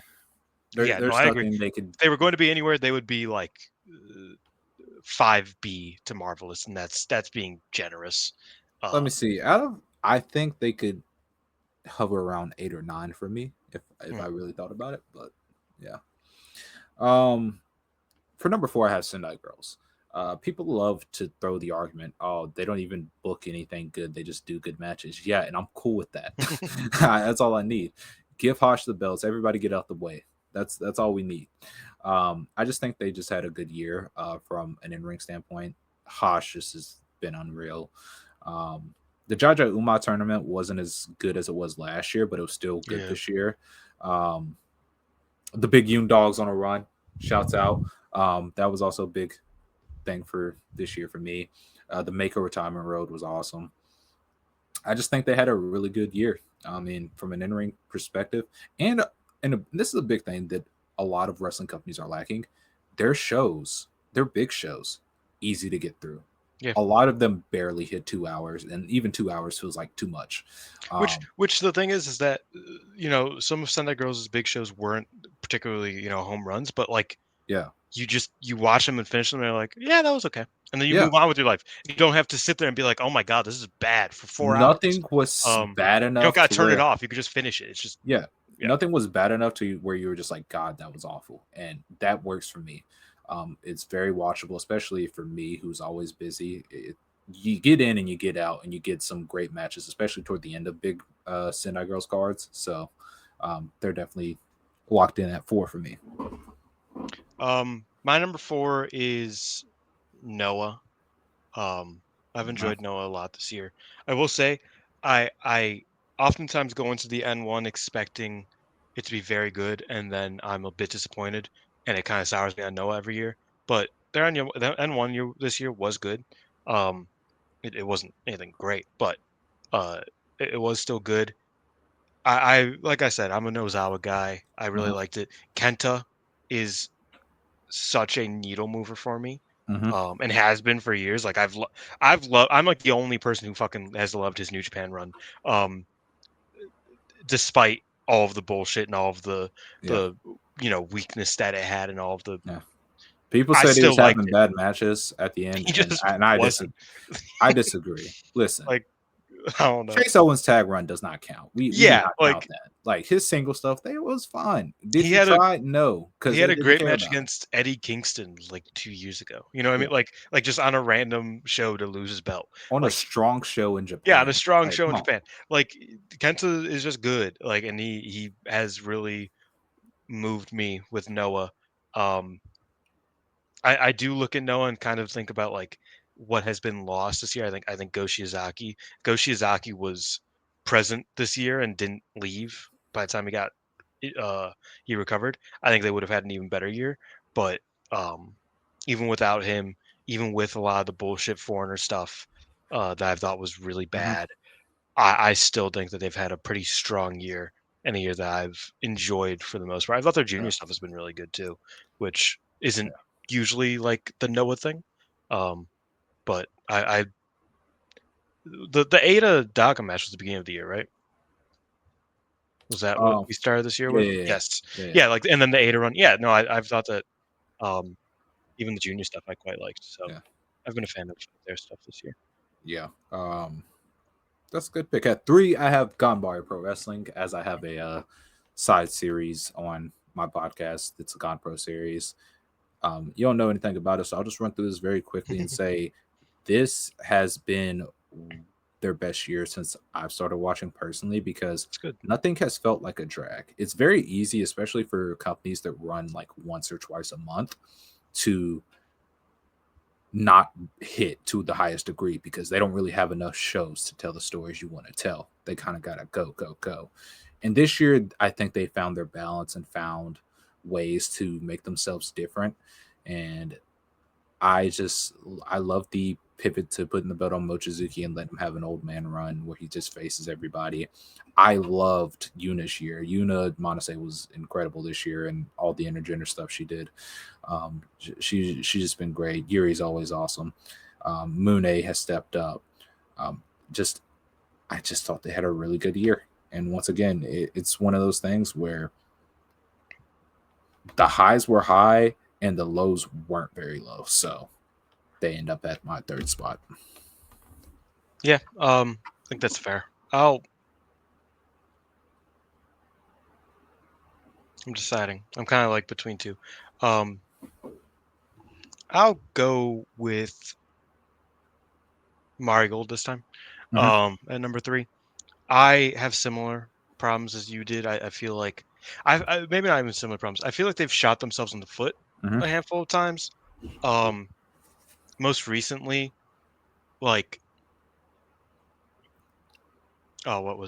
most recently I was like very confused because they booked Rhea Seto and Nozaki to challenge Shiaki and Matsui, and I had called that like a month ago, but then they had Rhea lose like a bunch. I was like, oh, okay, I guess this team isn't like I guess that's not happening. And then they were like, no, it is happening. And I was like, you could have just like built to this a bit better.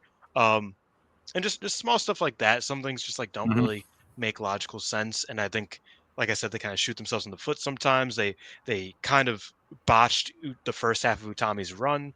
I know you're not a big Utami fan, but regardless of like if you like her in ring, I just don't think Tank and Bozilla occupying the first 4 months of the year was like Mm-hmm. what you give to a world champion. Like hot take, I guess. I just don't think that that was like the way to Also, prop they just gave the her up. belts to Hill Magenta, and we just never saw them. Yeah, yeah. They had their strongest point of the year was like team matches and tag Yeah, matches, that was their bread and and butter in the first year. then they just gave them away, and then Magenta just kind of Sucked. sat on the toilet with them. I guess I don't know, like just was just complete non-factors. It was just kind of lame. Um, And yeah, I mean, like there are certain wrestlers you can say like, oh, they should have done this, they should have done that, but Yeah. like ultimately, they had an eye run, which I'll talk about later. Trust me. They had the great tag style early in the year. They have several of my favorite matches of the year. Once Mayu got in, the matches she was having were incredible. I think that the high end stuff in the Dream Star is as good as any match anywhere. The low end was a bit weaker. Mm-hmm. Um, I thought like I said, Grand Destiny is my favorite show of the year. Thought it was great top to bottom. I really like this company. You said it. Isari and Yuzuki are both like stars with a bullet. Like they're just Mm-hmm. going up. And you get wrestlers like Mai Sakurai, who I didn't even mention, who just was incredible this year. And she didn't unfortunately make it onto my top five MVP for the women, but she Mm-hmm. probably should have. Like she has every Mm-hmm. right. Like it wouldn't have been insane. Like, and that's just kind of the depth they have. Like they're just kind of insane. and I really enjoyed Marigold this year.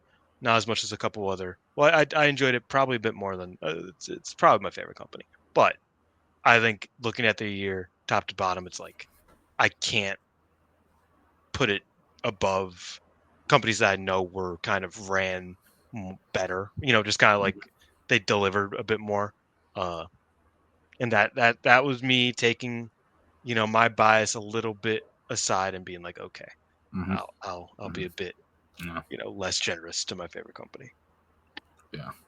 Um, my favorite company's at 5 on here, so it's whatever, bro. um, at number 2, I had Noah.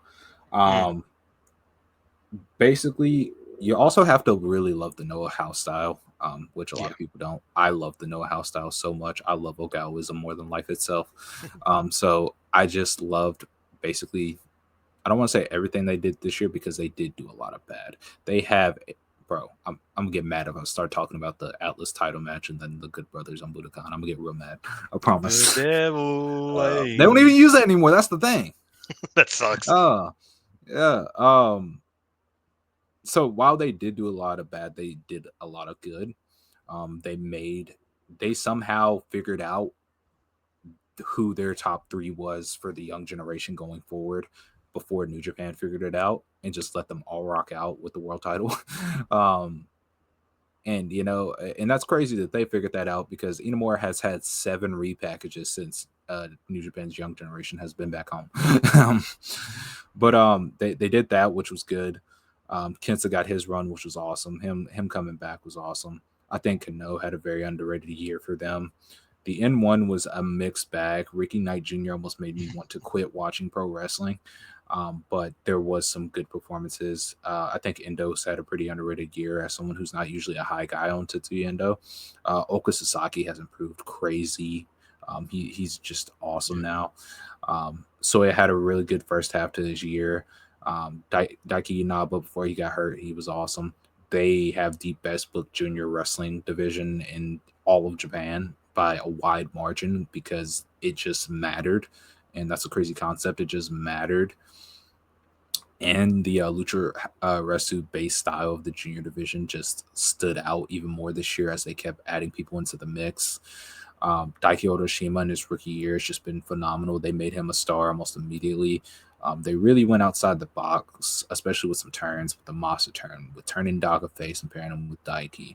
They really went outside the box on many things that I liked. Obviously, not a perfect year, but I think as far as structurally, and I mean from a match perspective as well, because well, like I said, while a lot of their cards, not all of it's great, a lot of their high end stuff is super high end for me. But ultimately, as a structured company, I think they're coming out of the year really good because you have your big 3 of the future. Owada's off in England preparing another gimmick change, so whenever he comes back, he'll probably get slotted in opposite Ozawa. Um, you have the best junior division in Japan, and you're in no danger of losing that crown anytime soon. I promise you that. Um, and once again, the only real negatives, like I said, there was some questionable decisions, and obviously something I guess they technically could have but couldn't control. Go leaving, I really wish he would have stayed because I think he would have added on to their year. And there's a few people I'd like to see get better treatment from the company, but overall, this was a really good year for them, especially with the numbers up. They got the buzz. I think this was a good year for them overall. I think that's fair. I I'm gonna go number 2 with CMLL. Um, Holy shit, WWE's number 1 for Dylan. Holy shit. I think CMLL has been great this year. Every Uh-huh. single time I watch it, I have fun and I enjoy it. Uh-huh. And they have a money team, an El Sky team. Uh-huh. Like that's like we'll talk about them later. Like they're just so great, and I love Los Guerreros. I thought Euphoria had a couple of good matches, and I'm always happy to see Euphoria have good matches. I Him and forgot Gran Guerrero. Euphoria is like your favorite CML I wrestler. fucking love Euphoria. Him and Gran Guerrero had that world title match earlier this year. Chef's kiss. Really fucking good. Um, and the women as well. I mean, obviously Persephone has been kind of popping off because she's been getting AW dates, but like she's been great all year in CMLL. La Catalina is still one of my girls. I absolutely love her. And yeah, I don't know. I think it's CMLL is perpetually the company that I'm just like, I should watch this every single week, and Yeah. then I don't.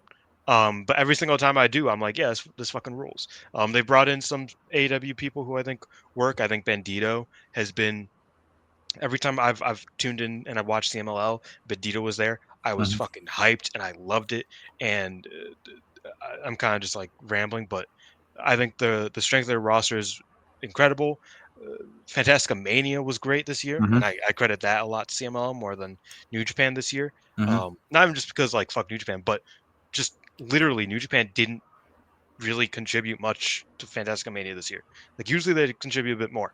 It felt very CML centric this year. I thought that was ultimately a good thing. Like the tour was great. So CMLL strongly gets my number two. Um, could have been my number one if I watched more of it, ultimately, and that's on me. Yeah, no, I agree, but and you know what? They're my number one. Once again, just like you, I think CMLL is something that I should probably try and watch year round next year. Just because they're the easiest to watch, and they are always bound to have a match. I'm coming away going, God, that was so good. Every time that I watched them this year, they had a match that I've considered one of the best matches of the year, and just ultimately just a very easy watch. And also the peaks that CMLO has are much higher than any other company, just because Hmm. the atmosphere of a sold out arena in Mexico, especially when it's like a Mystico big match, just unmatched by anything else in Japan, America, you name it. I just think they're such a special company, no matter where you look at it. And it's probably hard for a lot of people because they want stories, they want all this and that and that. But for me, I want something that I'm going to enjoy, that's easy to watch, and can make me feel. And I think CML is one of those companies that can make you feel at any given time if they choose to do so. So they're my number one. Oh, that's fair. My number one is Sendai Girls, and No New Japan on this list. you know what's fucked is that I really enjoyed the G1. The G1 I watched because I wasn't watching that fucking B block. That shit looked like it sucked. Dude, the B But blocks suck, but bro. the good stuff from the G1 I really enjoyed. I thought Taichi and Yuya, both, and Oiwa and Finley, like I think New Japan had a lot of great stuff, and I will talk about it later, um, in a different capacity. But I think just the bad juju on New Japan. You know what I mean? Like Yeah. it would have felt weird saying New Japan was a top five promotion this year because they weren't. Senate Girls, on the other hand, was. They had to make a retirement tour. Mhm. They didn't make any massive, or even smaller blunders, I would say. Like I think I would say companies like Marigold did, that prevented them from being number one. And they have a similar allure to them as CMLL, but I'm able to watch them more because every time I watch it, it's like, yeah, this is fun. Like this is good wrestling. They're doing good. They're doing good stuff. A lot of my favorite independent Mhm. wrestlers are there. Um, Anaki is one of my favorites. Like Rima Mizunami's awesome, and she's one of my favorite wrestlers to watch. And she's been mostly wrestling in Sendai Girls lately. Uh, in a year where I think a lot of the Joshi indies kind of fell off, or just haven't been able to get anything going, I feel like Sendai Girls has been thriving, Mhm. and I think that kind of puts them in an even better light. I will say this is funny, and will draw the ire of you. I think probably the weakest part of Silent Girls is that Hashimoto is just so indomitable that it's annoying sometimes. Yeah, we Because don't care. because I want like to feel like, oh, Minami can win that belt, but I don't. I don't feel like she can. Listen, man, the greats are the greats. We don't give tokens out to you Yeah. can be Whatever. good. Nah, Um, the greats are the greats. truthfully, I think if we did this award show last month for the 12 months prior, I think Sunday Girls would be even more undisputably the number one because they had the dash reign. And Yeah, like that end of year for Sunday Girls after yeah, that was Iwata and crazy. after the Iwata Reign of Terror. yeah. After that, and once Dash was holding it like that, and the Dash Mako match, if you include that with this year, which you can't because that's not how it works, Hmm. they are even more indisputably the number one company. But I thought that Sunday Girls, top to bottom this year, really did a good job of keeping me entertained and delivering good wrestling. Hmm. And I'm always happy to watch them. You know, like I, Hmm. I I feel like every time I see a match graphic on Twitter, I'm just like, cool, that's awesome, watching it. You know, and I haven't even got to watch one of their best shows this year, which was a couple weeks ago, it seems. So Yeah. yeah. The and this is kind of mean because I do love Team 200 kilograms. My least favorite part about Sendai Girls this year is the Team 200 kilograms run because you has just not been great in most of it. So I haven't minded you in Sender Girls this year, but I get where that comes from. yeah. Going on to our next award, which Yeah. should be a quick one because factions weren't really on anything this year. Faction of the year, 3 picks. At my third spot, I had Team 2000X because I mean they dominated. And technically, they were probably the second most important faction on this list. However, my bias is going to be what it is, and you just got to survive that.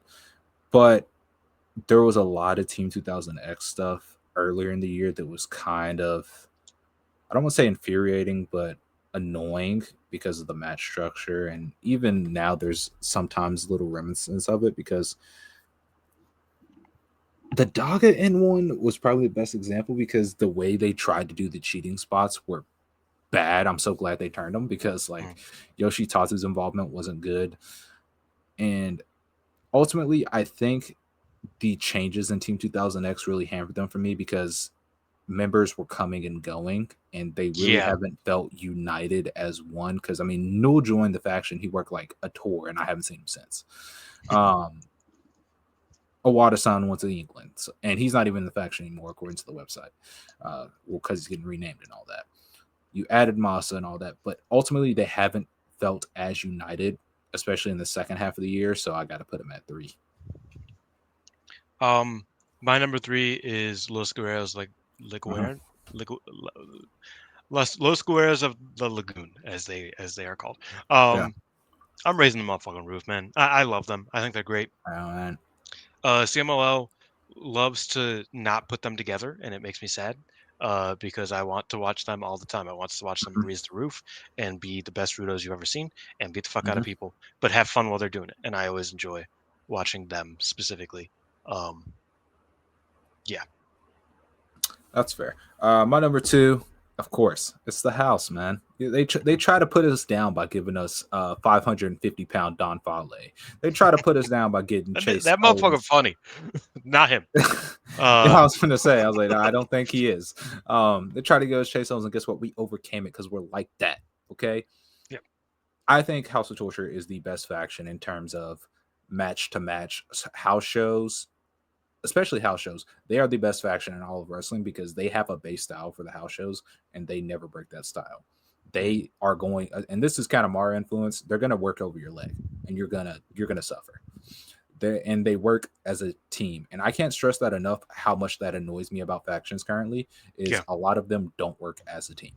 They're a faction, they hang out, they're successful, but none of them rely on each other. And with House of Torture, I once again, it's been the core value since it started. When one of them wins, they all wins. All wins. If one of them wins, they all win. If one of them loses, they all lose. It's a true faction in its core. And once again, people aren't watching New Japan house shows, but I will tell you they are the best faction by far on the house shows because they're locked in. Um, I'll never forgive Zack Sabre Jr. for what he did. It wasn't Ryogoku, it was a Kobe, but I'll never forgive him. But yeah, I got to give him 2 because unfortunately there was one that I think was better. Who was your number 2? My number two is Team 2000X. Sold our soul. I sold my soul to pro wrestling, baby.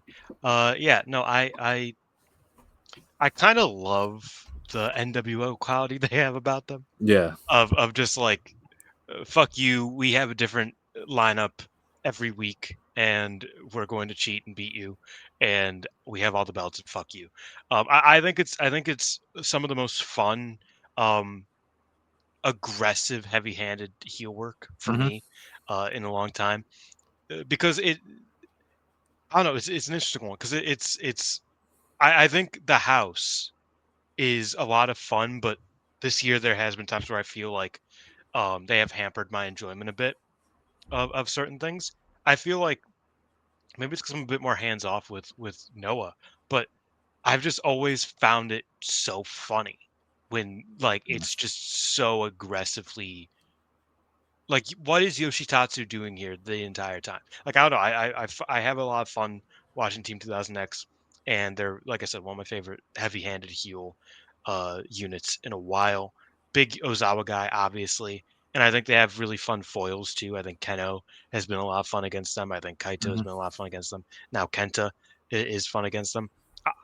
I'm a big Team 2000X guy, and I agree. I wish there was a bit more stability. I for example, was quite enjoying Tetsuya Endo in the group for the Mm-hmm. month and a half he was in it. Then they immediately took him out. I was like, oh, okay. Now he's doing something, which is like, yeah, cool. But like, I really liked what he was doing. I liked the heel, kind of like I liked what he was. It was interesting. It was something new. And then they just kind of took him out, and I was like, you didn't like what was the goal here? Like that I was mean, they're in a good position to be good to start off the year. I mean, you got yeah for Ozawa sure. back. Jun Masaoka is good. Tadasuke is Yeah, important again. So like they're love in a good Tadasuke. Big Tadasuke fan. they're in a good spot to get back. It's just that the lack of stability for a faction of the year. I can't give you that if you're not a stable No, I get that. faction. Um, I also just don't really value any factions this year, if I'm being completely honest. that's fair, but I do. So number one, L Sky Team, of course. My Uh, number one e- is also a Sky team. I'll just say Yeah, that now. yeah. Come on, these are the guys, bro. They are tremendous. They have probably the highest hit rate in terms of factions in all of wrestling. Yeah. They're incredible. There's nothing you need to really say is they're incredible. They got some AEW spots this year, which is some of my favorite AEW matches of the year. Mm. They've gotten some really good trios matches. There was one trios match. I don't know if it was the entirety of El Sky Team or if it was just Dorada and Mystico, but there was a trios match that we watched recently that I can't remember. I think it had Sabarano in it, but it was awesome. They're like my favorite faction, and they have the best theme song in the game. This is true. All these things are true. Um, yeah, they're great, man. Like I mean, the match I immediately look to is the match against Averno, Euphoria, and Mephisto. Yeah, that Um, one's good. that one is like they're just so good. Like I don't know, we sound like dorks, but uh, they were great this God year. forbid we enjoy stuff. They're great at everything they did this year. I just really enjoyed what I got out of all three of them, and in their tag team roles. Mm-hmm. I didn't put any two of them. It would have been Dorada Mm-hmm. and Nina, but I didn't put any three of them in the tag team of the year because Yeah, I didn't either because I was like, oh, kind double of all dipping. their stuff is like, yeah, But if you look at that stuff too, they're just yeah. really great. And Mm-hmm. it, funnily enough, they've been so great that they've allowed Mystico to like not have to go so hard this year. Yeah, Um, which is crazy because I thought Mystico's been great this year. Yeah, I thought it's been great too, Spoilers. but like, but I felt like it allowed, it's a really well-oiled machine, and I think Mm-hmm. that they've kind of sorted out how to maximize Mm-hmm. themselves and deliver great performances after great performance all year. Okay. So yeah, Sky team, incredible. All right, we got one more award before we get into the big three of Mm, awards, I would say. First up is Tag Team of the Year. I just want to say tag team wrestling has not been great this year. Not as in there's just been bad tag matches. It's just that a lot of the high quality tag matches have been between people who don't usually team up. So the actual tag teams, as far as making a mark, it's almost non-existent to some degree. yeah. But I tried to pick five, and that's what I did. Um, I feel like this is one where we can kind of speed run it, just because Mm, tag team wrestling hasn't been so fruitful. So I'll just go ahead and give you all five of mine now, from five to okay. one, and then you can do the same if you want to elaborate. Sure. It's just that there's just not a lot to work with because a lot of these teams that I have outside of like two, their body of work is very little. I don't Yeah, I was have a gonna say lot. my top two teams only tagged together like 4 months Yeah, uh, in Japan. yeah. Number five, I have Susumu Yokosuka and Kagatora, original Jimmys. They're my favorite part about Paradox and Dragon Gate is they get to team again. They're one of my favorite teams in the Dragon system history. They've been awesome this year. They've been turning back the clock and putting in shifts every time they get the chance, and hopefully they'll get the tag belts again soon because they're still great together. Number four, Passion Family, of course. Nanai Takahashi, Sari Yamaoka. That run was just special, man. I don't know what to tell you. Um, Super Rookie going to war with the old gunslinger by her side on her last legs. It was just awesome. Number three, I have the Knockout Brothers from New Japan, Yudo Ice and Oscar. Um, they have made tag wrestling matter in New Japan, and for that in itself, they deserve a spot on this list. And Mm. that for that, and the fact that I just think they're an awesome tag team. I like their tag league stuff. I like the match they won it with against Taichi and Ishii as a notorious Ishii hater. I love the Yuya and Shota matches.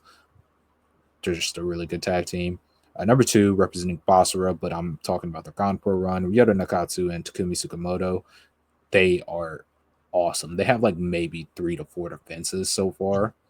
And I was like, I got to put them on this list because I was like, God, Takumi Tsukamoto is somebody who I knew of but never really watched. And then every time I watch him, I'm like, God, this is the sickest guy ever. He's just stiff as shit. This is awesome. They're like floor racers. Every match they've had, I went in not expecting much, and I was just leave it going. That's one of the best tag matches I've seen of the year. Um, the number one for me, I don't think it's any question. They're the best tag team in the world in this year. And it makes me happy because I love one of these dudes so much, and that's Jackie Rita from Dragon Gate, Jackie Kame and Rita. I love Rita so much. The level in which they've been operating as a tag team is just unreal. They're they should be one dimensional, being they're smaller guys of similar stature, but they're not. They bring out the best in each other, and they just perfectly encapsulate the Dragon Gate tag team style. And they just had a hell of a year, capping it off with finally winning the Twin Gate belts. Um, they're just incredible. Like I really can't do them justice in just words of how good they are. You have to see them to believe them. They're just great. You can put them in there with any team, and they're just going to deliver at least like 4.5. Who are your five? Um, my number five is I don't know. I put FWC because in what little they have been able to do Mm-hmm. this year, they have been really good. I really liked the Locas. Was That it wasn't Dos them. Locas? Yeah, but whatever. I really liked that, but I also thought that they had a handful of really great matches. I think their, like I said, their Ozkami run that came to an end in a really great match against Kato Mm-hmm. and oh, who was it? Was it Mizunami? It Who? probably was. Yeah, probably. Um, I want to make sure. No, it was Aquino and Kohaku. I was completely Ah, wrong. okay. They beat I was going to say they if it was they Kato. yeah, they beat Kato and Mizunami for the belts Okay. at the end of last year. But they had that match. They had the Team 200 kg match recently. Yeah, that was Um, awesome. God. they had the singles match against each other, which I know doesn't count, but to me counts. Um, it felt significant for the tag partners. And they've just been fun this year. Like I don't know, like the the blow up, the stars blow up, Mm-hmm. uh, was also a great match, even though you kind of just look back at it, gotta like wince almost because it's like, ooh, that was real. Um, they still managed to have a really fun year, and I wish they got to do more, but Mm-hmm. what they did do, I was really enjoying. If you want to know how limited uh, my feelings on tag wrestling this year is, number four is the Hurt Syndicate. Yeah.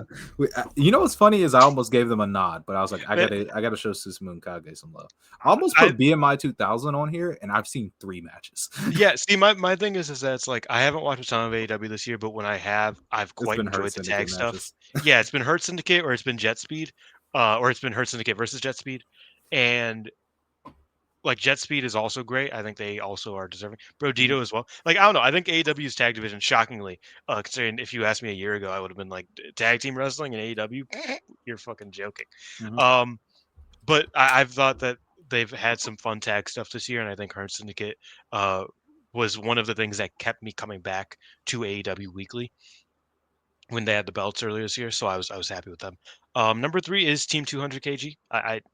I know a lot of people are kind of sour on them, on you especially, but I think for her uh, noticeably slowing down year, she's obviously retiring in a few days at this mhm, point. For her, obviously slowing down, I've thought that she's been good enough. mhm. Uh, and they've had really good matches throughout the year, so I was happy with it. Um, number two is the Knockout Brothers. I, I Oh don't my know. god. I was so happy when they came back and they were good. You know, like I was worried about Oscar. Oscar has been delivering enough for me. I haven't Mhm, even gotten to see all of Tag League. I haven't gotten to see pretty much anything from yeah, Tag League, but I've heard great things, and I've heard that they've continued going the rate they've been going beforehand, and I loved all of the stuff I saw from them uh, this year outside of yeah. Tag League. That haven't, so I was really happy with that. My number one, shocker of all shockers, it's Passion Family. Uh, I I'm Once again, sorry. it's like three defenses, maybe. Yeah, but Yeah, everything they did was awesome. yeah. No, that's They were real. great together. I the Shimai tag, Yuzuki and Utami was great. They got a great match, maybe not great, but like a really fucking good match out of Tank and Mhm, Bozilla. The marvelous or the magenta match, I should say, was really good. They had a match against Chiaki and Matsui. Like just everything they did was good. Like I don't know, like mhm, I loved Passion Family, even though they were only together for 5 months, and I mhm, feel like the tag team also had a lasting legacy through mhm. Sariyami who has gone on to be like, I will carry my retired tag partner with me throughout all of this, and I'm going to fucking kill your ass. And I think that means something to me, man. That really, I don't know. Tag wrestling's been dead this year, but Yeah, that first 5 months in Marigold, that shit meant something. killer. That shit was something, man. It was really Yeah, good. it meant something. I had that first dream. Yeah, it meant a lot. Okay, after that, calm down. Come on. Um. Over. Anyway, with that being said, we get into the big three. Mm, First, we're going to kick it off with male MVPs. I'll go first at five. I do want to do a few honorable mentions because there's people I don't have, but I do need to show them love. Hiroki Goto, I don't have, mostly mm, because I thought first of all, I think Hiroki Goto's great. I love Bishamon's Tag League so much, and I love a lot of the stuff, but a lot of the Goto matches I'm not as high on as others because he faced a lot of people I just don't care about. mm. He had two Zack Sabre Jr. matches. I really don't care about those. I like the first one a lot, but I've always been in the camp of the moment of Goto winning carried that more so than I think that was a great match. He faced Callum Newman. People was like, "Oh, this is the best match of Callum Newman's career," and I was like, "That can't be a high bar. He's not good." like, No, but they're right. Like it was, yeah, but yeah, yeah, you're right yeah. too. And then he faced like Shota Umino in America, and yeah, Uh, yeah, yeah. no, I get that. I also don't have Goto on my list, mainly because he missed the G1. I think if If he he had had a a G1, I G1, think I would have had him he locked would have for had a good sure. one, and it would have been, But yeah, no, I agree. Um, also, I don't have David Finley. I did have him on here, but I took him off because Mm. I just need to show him. I just need to show love to others that I loved. But he's probably up there with my favorite foreigners in New Japan, like ever. He has been the most important foreigner for this new generation because he is all of their best opponents, Yeah. except for like Narita, who he hasn't faced. So he's like all of their best opponents, and it's Oh, like not even close. I need that in one of the tournaments next year. Yeah, like That's like a fun one, he made me believe in especially Yoda now that he's like Suji. kind of a tweener. Yeah, That'd be really fun. Sorry, go he on. made me believe in Yoda Suji, and I was wrong to do that. But boy, David Finley's the man. Um, So I do need to show him some love that. But at my number five, a three-way tie with all my heel boys. Okay. Of course, the King of Darkness is here. Evil has had a really good year. I don't care what anybody says. He Yeah. had the Bloody Osara produce show brawl that nobody's probably seen, but like me, Ruth, and like maybe one other person because he had to get it through like a DVD. Mm. Um, He had the Sumi retirement, which I thought was good.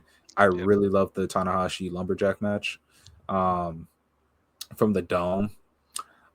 I That love was the good. Yeah. cage match, the War Dogs versus House cage match.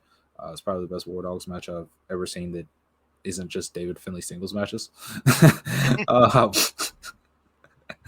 um, I love the G1 final. Obviously, he was the best wrestler in the G1 final. Um, and obviously, I love the Purge. What he did at the Purge.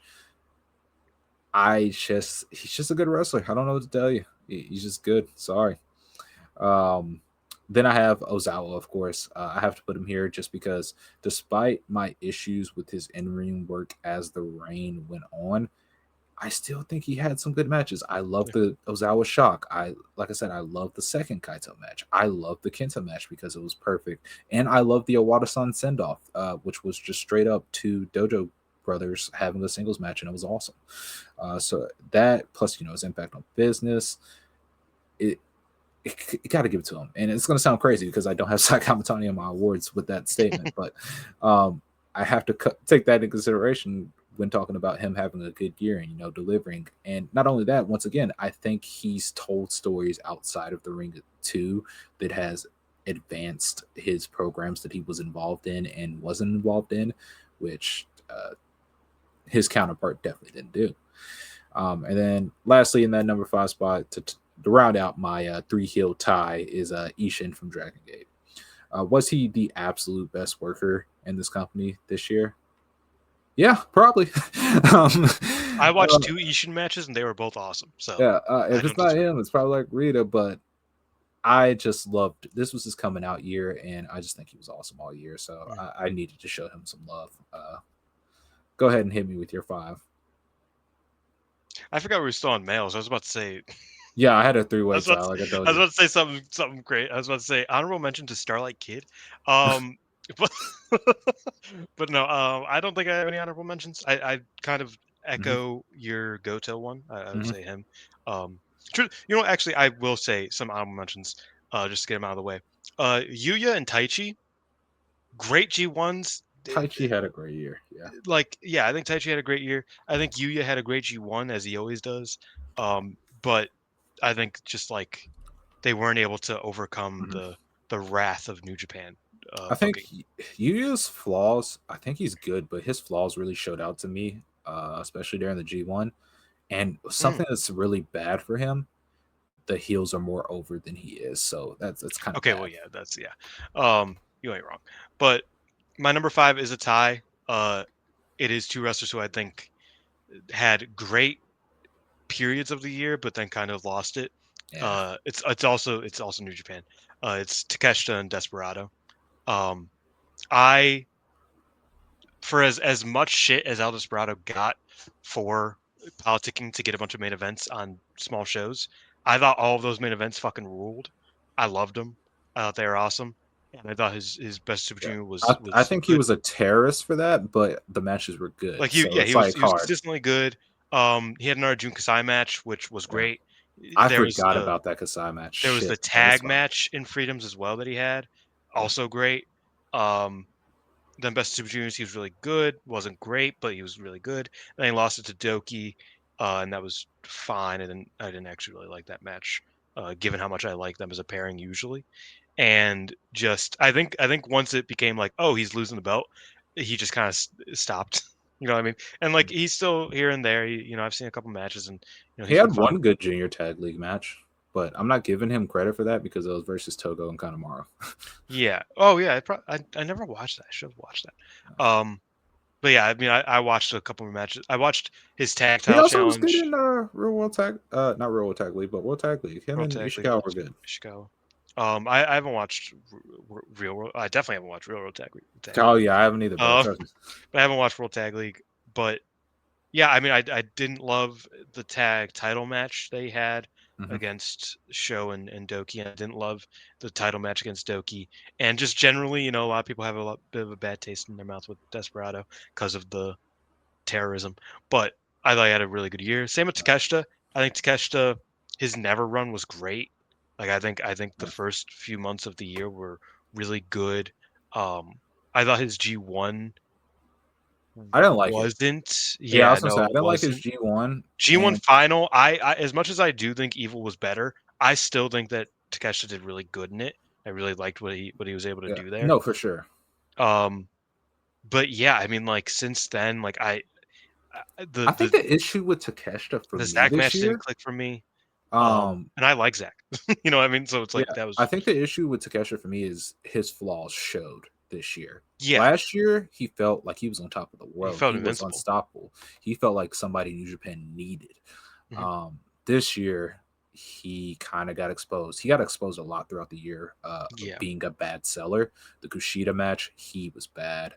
And then even in the G1 final, I think there were glimpses of it where Evil tried to work over his leg and it wasn't happening. Mm. Um, but even then, like you said, I still think he was pretty good. He I also like had his he had the AEW Bandito stuff match.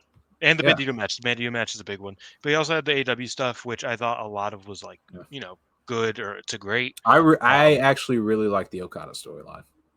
yeah, me too. I just want to note I'm going through my match guide. There was an episode of Dynamite presented by Minecraft, which is very funny. I have that written down. I have AW Dynamite presented by By Minecraft. Minecraft. Yeah. Oh, that's Um, awesome. But I would say the first, half of his year was really good. Hmm.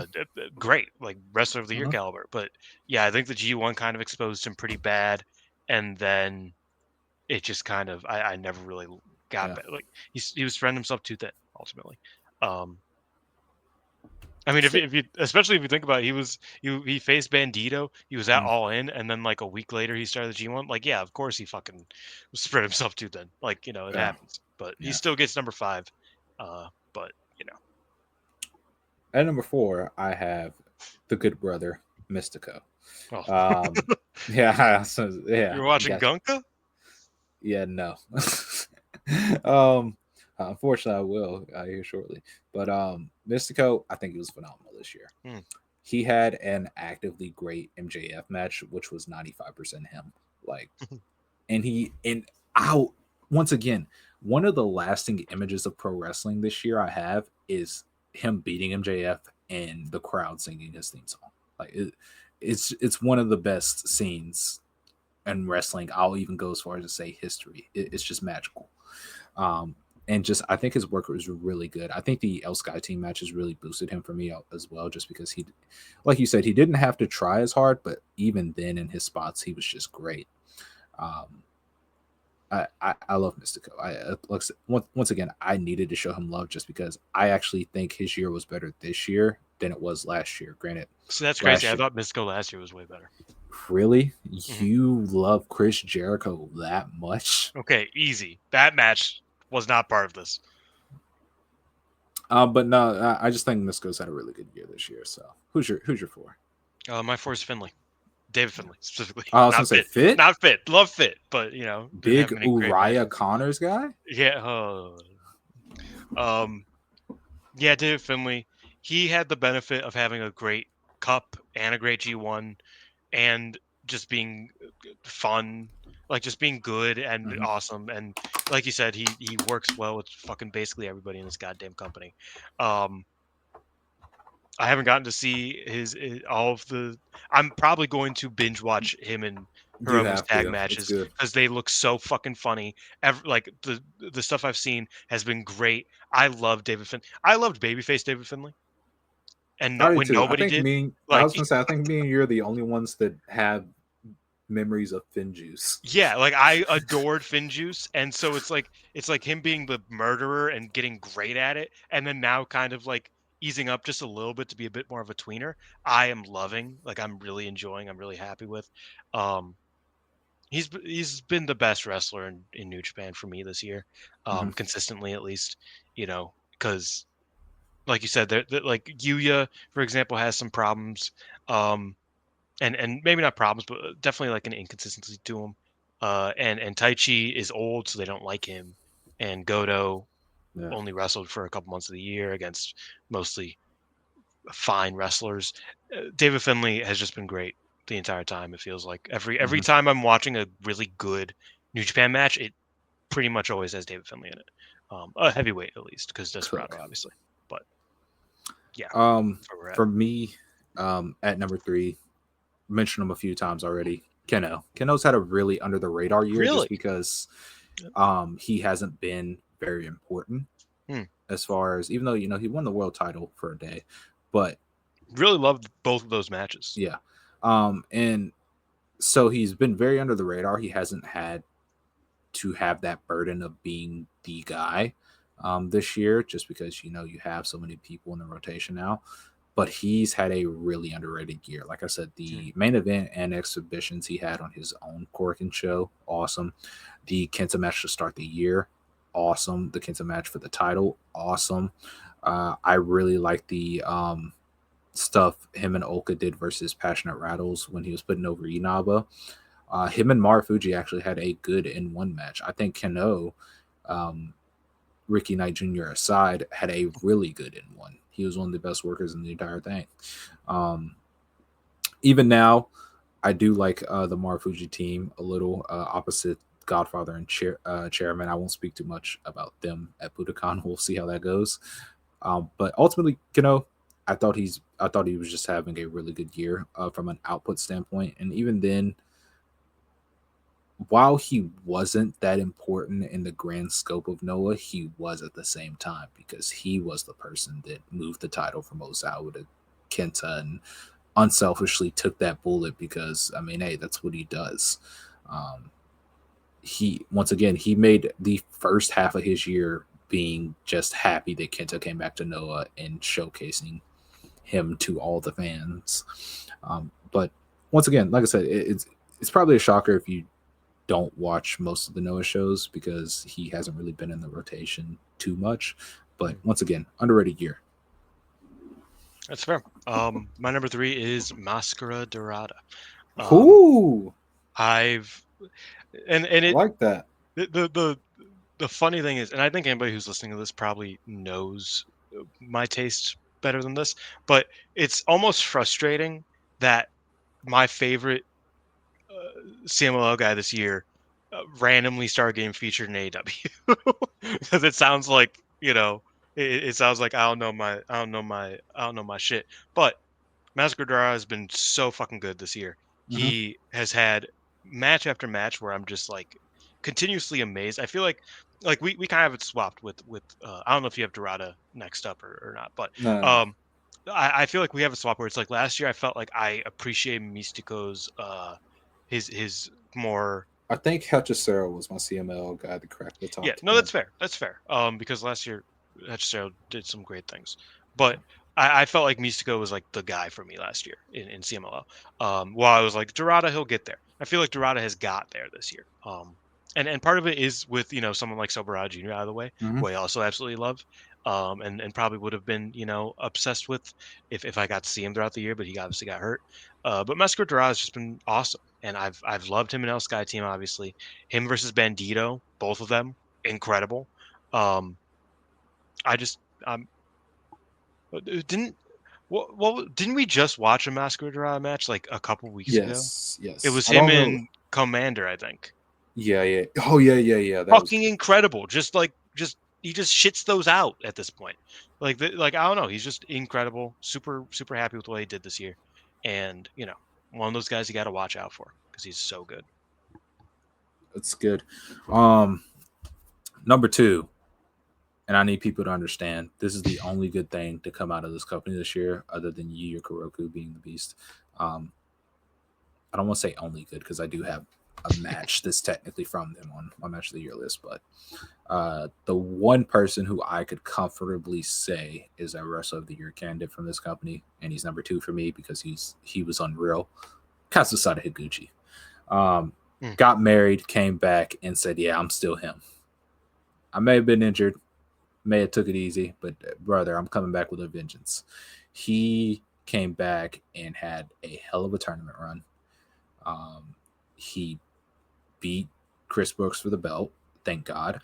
And then he had the great Akiyama match. He had the great Harashima match.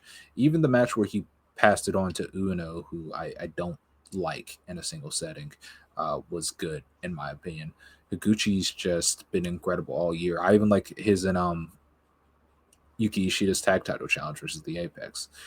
Higuchi's just a once in a lifetime talent, and I will Him forever hate. consistently getting Chris Brooks like great matches is such a Yeah, funny that he's. I don't hate Chris Brooks as much as some people, but kind of has that Mick Foley effect where it's like Mick Foley never should have put over fucking Triple H. yeah, yeah, He, yeah. he No, never no, should have. no. He Yeah, never yeah, should have taught Triple H how to not suck all the time. Like, like why did you give him a good match? You legitimized him. yeah. But And that's no, kind of the Higuchi. Like Higuchi does that in DDT a yeah. lot. Higuchi does that with a lot of people. Higuchi's just the safest bet in DDT for me, outside of like Yeah, Hiroshima and Nakayama, obviously, because they're older, they're vets, they get it. But yeah, he was awesome this year, so he comes in at number 2 for me. I agree. Not Hiroshima. Higuchi was great. My number 2 is Kenta. Um, Mhm. I've enjoyed what I've seen from Kenta. Like it's kind of interesting because I haven't seen like you watch a lot more Noah than I do, Yeah, obviously. yeah, yeah. So I'm a bit more of a flyby fan. But every time I watch it, I watch Kenta and I get happy because Kenta still rules, and Kenta is one of my all-time favorites. The So woke, aka New Japan fans, won't tell me different. like that's just where I'm at. Like I'm just like, yeah, Kenta, I watch his match, I think it's great, and I move on. Like that's just what I do like once a month now. And I'm so happy that Noah is letting me do that. Like Hmm. that's pretty that's where I'm at. You know what I mean? Um yeah, no, that I don't have much to say. It's just Kenta, bro. I mean, what the fuck? Like And for me, in my number 1 slot, the best male wrestler of 2025. It's Kenta. Of yeah, it's course, Kenta. it's It's just Kenta. fucking Come on, Kenta, man. it's Like just I don't know. Kenta. Like, come on, bro. He came. Listen, New Japan had him tagging with Chase Owens last year. He signed back with Noah and came back with a vengeance. Even before he officially signed back, the way he stepped out of Budokan to face Kano at the start of the year, he was moving with a purpose, and he returned to this company with a chip on his shoulder. He's been awesome every single match he's in, even house shows. He knows how to pace himself. He's great. I even love his N1, where his theme for the N1 was being a vulnerable champion. And I thought that was incredible. He has this match with Oka Sasaki in the end one where he lets Oka basically just dominate most of the match. And he starts offering up his limb that Oka's working over to Oka to make him go for it. And then he tricks him and rolls him up. And it's like, that's just IQ. You're just going to have to learn that.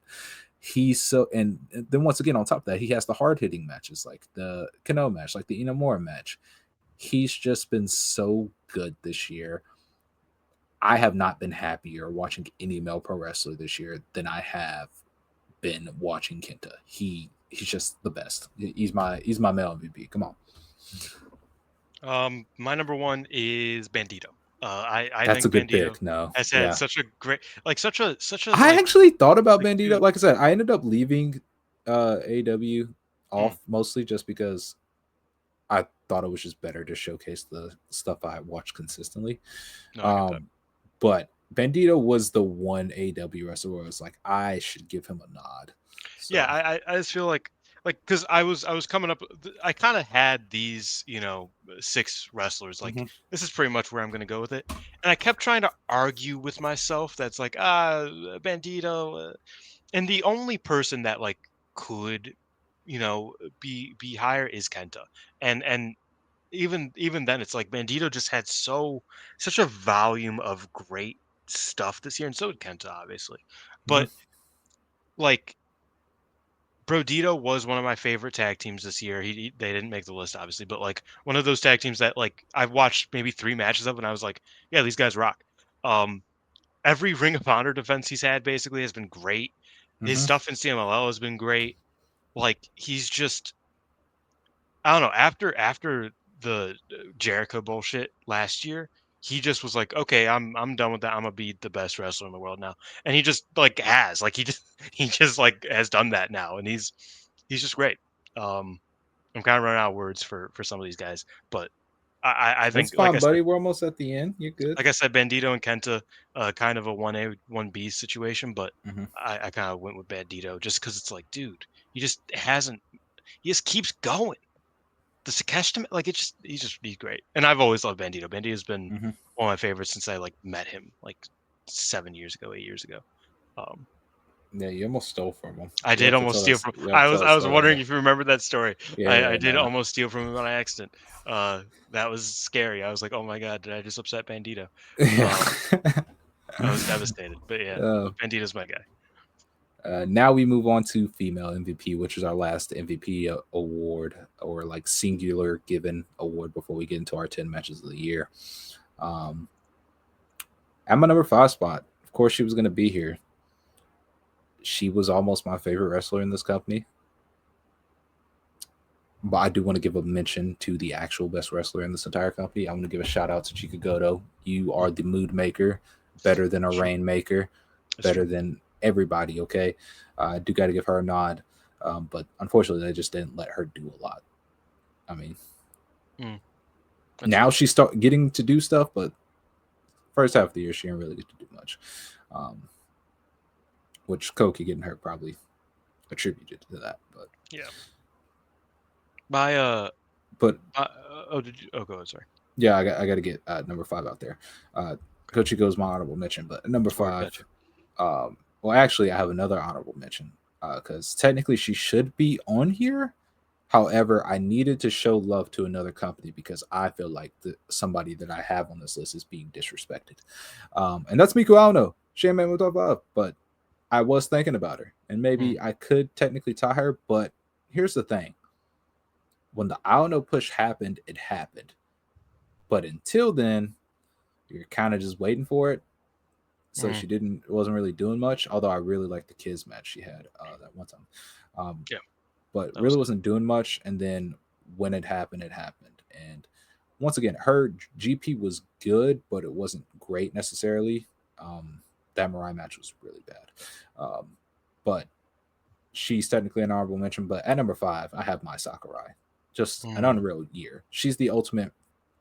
How do I say it? Floor raiser. Floor raiser is the best way to put it because she won the belt and then she was tasked with having lesser experienced singles wrestlers challenge her, and she delivered good matches with all of them. Arena Yamanaka, Chan Yoda, and she's just been consistently good. She had probably the last, I would say, good. I don't know. The Chan Yoda match wasn't that bad, but the finish was bad. But the last good Mariah Marigold match before she pieced out. mm. Um, and then That was obviously, great. like I Yeah. said, she had the first dream match with I don't know. She Fuck, had man. Yuzuki's match of the just Yuzuki's match of her life. My Sakurai just had a crazy run, so I had to put her in here at number 5. Yeah, yeah. 2 honorable mentions. I got Hina and I got Starlight Kid. The two good Those are white two belt, good ones. Those are two good ones. the two good white belt champions of this year. Um, that's future and Yeah. white belt, just so you know. Yeah, I've really liked what both of them were able to do with their belts while they had them. Um, Hina especially had a great tournament.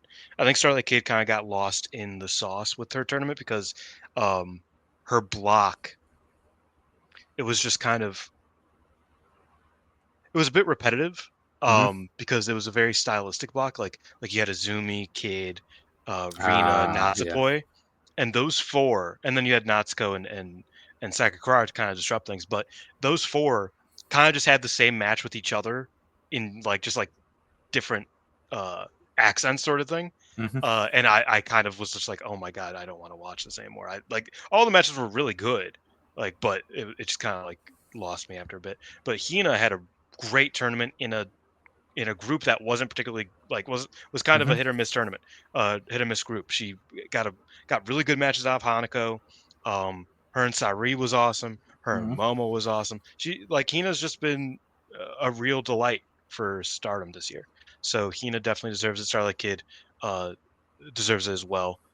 Even though I feel like they didn't give her as good of a reign as she deserved this year because she was really good, but Azumi failed to live up to that. Uh, they put her in there with Hanako, which I didn't think that was particularly good. The Konami match Mm-hmm. didn't work the first time. Second one was great, but didn't work the first time. And but other than that, all her other 4 or 5, I think Mm-hmm. 4 title matches were all great. So those are my honorable mentions. You have changed my mind, unfortunately, because you kind of reminded me that she also had a great tournament. So my number 5 is a tie. It's Yuzuki and Mai Sakurai. Uh, Yeah. I was like, The, fuck you. I was like, fuck, Mai Sakurai was like yeah. the best. Like I don't know. And I thought about the Yuzuki Mai Sakurai opening, the Hmm. first 8 minutes or so. I was like, I legitimately said as I was watching it, I still believe this, one of the best performances, like just like opening performances from a wrestler I've seen like in years.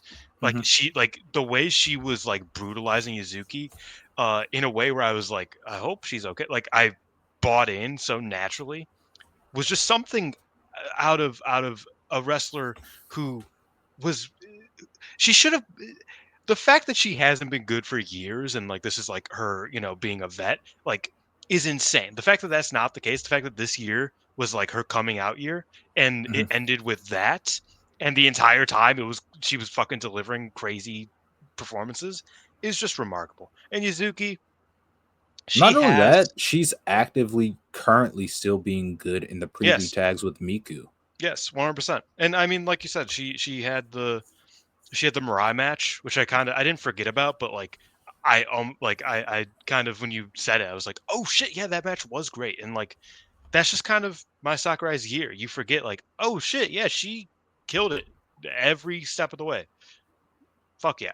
Um, Mizuki has the benefit of having two title runs now Hmm. and having a tag partner, and just kind of She being has like 6 tag partners, yeah, so you got to be she's all over specific. the card. She's all over the card, but she had the Utami tag title challenge, Hmm. um, which was great. And like I feel like Yuzuki benefits from just being all over the card ultimately, Hmm.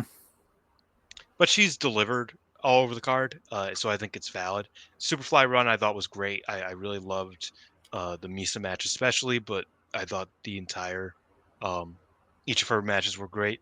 I thought the Mayu match was very good, and then she delivered one of the best Marigold matches to date against her in the tournament. So I was like, okay, fuck me, yeah, no, this is great. Uh, had one of the best tournaments. I said this before. I think Yuzuki, up until the minute the final started, Yuzuki was like the like Miss Dream Star this year, and the newspapers agree with me. She was just great all year, and I really respect her. I think, funnily enough, the past like month I've been a bit more like, oh, I'm seeing your flaws. You need to correct some stuff here. Um, but before that, I was like, this girl is one of a kind. She's the greatest ever. Um, and even still, I still believe she's really fucking good. One of the best wrestlers of the year by far. Hmm. That's fair. At my number 4 spot, the person who I think might be one of the most disrespected wrestlers um, in all of wrestling, and not because like people hate them or anything, but I think people look upon her negatively just because she's not necessarily a ticket mover like her counterparts. And that's something people always bring up, but she's phenomenal, and I think fans are stupid. Miyu Watanabe. Miyu Watanabe Mm, has always been good. And mhm. then I watched her big singles matches and basically like all her big singles matches this year. And she's even better than she was when I was watching Teach consistently. She's like borderline great. Yeah, She ultimately can work with anybody, any style, any size, any experience level. She had a really good match with J Rod, who's like gigantic but super green. She had that really good Arisu Endo final. The yeah, title match where she won the belt was awesome. The Zumi match is coming up is going to be really good. She's so good. And I don't think people understand how good she actually is now. Because, like I said, I think she's gotten even better in this year to the point that I am putting her in this upper tier with a lot of like really great pro wrestlers because she's just been tremendous. And I don't think anybody necessarily hates her by any means, but I don't think they value her how they should and respect her as a super high caliber talent because once again I think she's even improved on her from her first world title run. I think she saw her flaws and worked at that and got better. So I got Miyu Watanabe at 4. at my 4, I got Chihiro Hashimoto. Um, great year. I think You could argue her. I could argue. I think last year. I don't know. I think last year was a bit better, um, for me at least.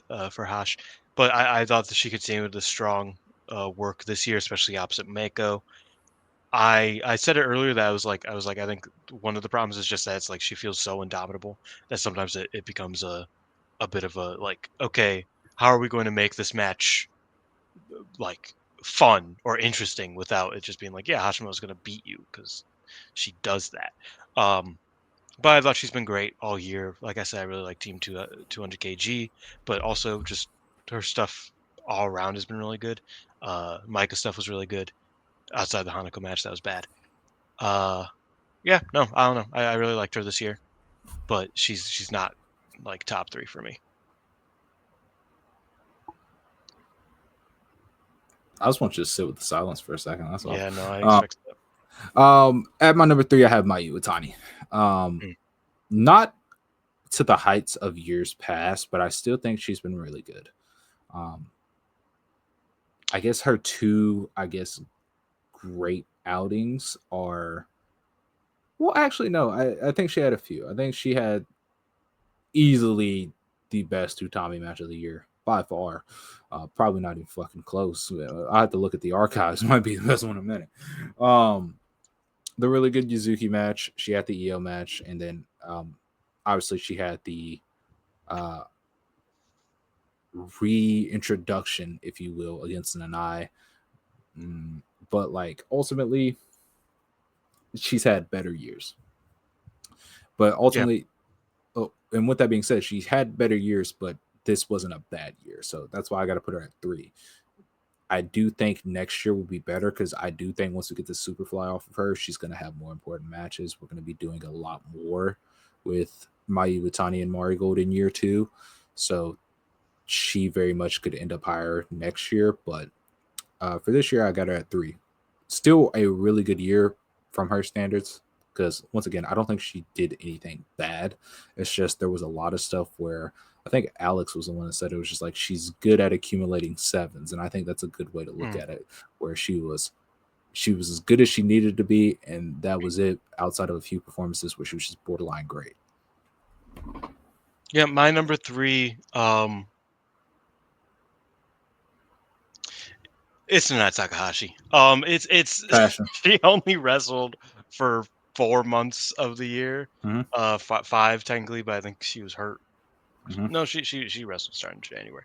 She only wrestled for 5 months of the year, but what she was able to do in those months was so great that 7 months later, oh, like, hold on, I'm gonna check the math real quick. Uh, five slash. Yeah, fucking 1,000 matches later, because that like around 1,000 matches ago was May. She's still my number 7 mathematically for the year. And she's just so great, and her entire retirement road was tremendous. And again, this isn't even including like the Sa rematch, which was great from Mm-hmm. December, and like this is just the retirement road stuff from this year. Banger after banger after banger.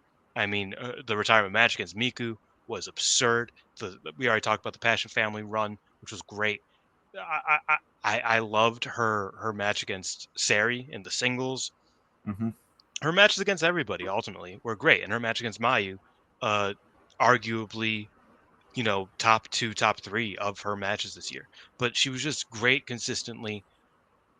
Uh, She, it's Nanai, man, passion. Like Mm-hmm.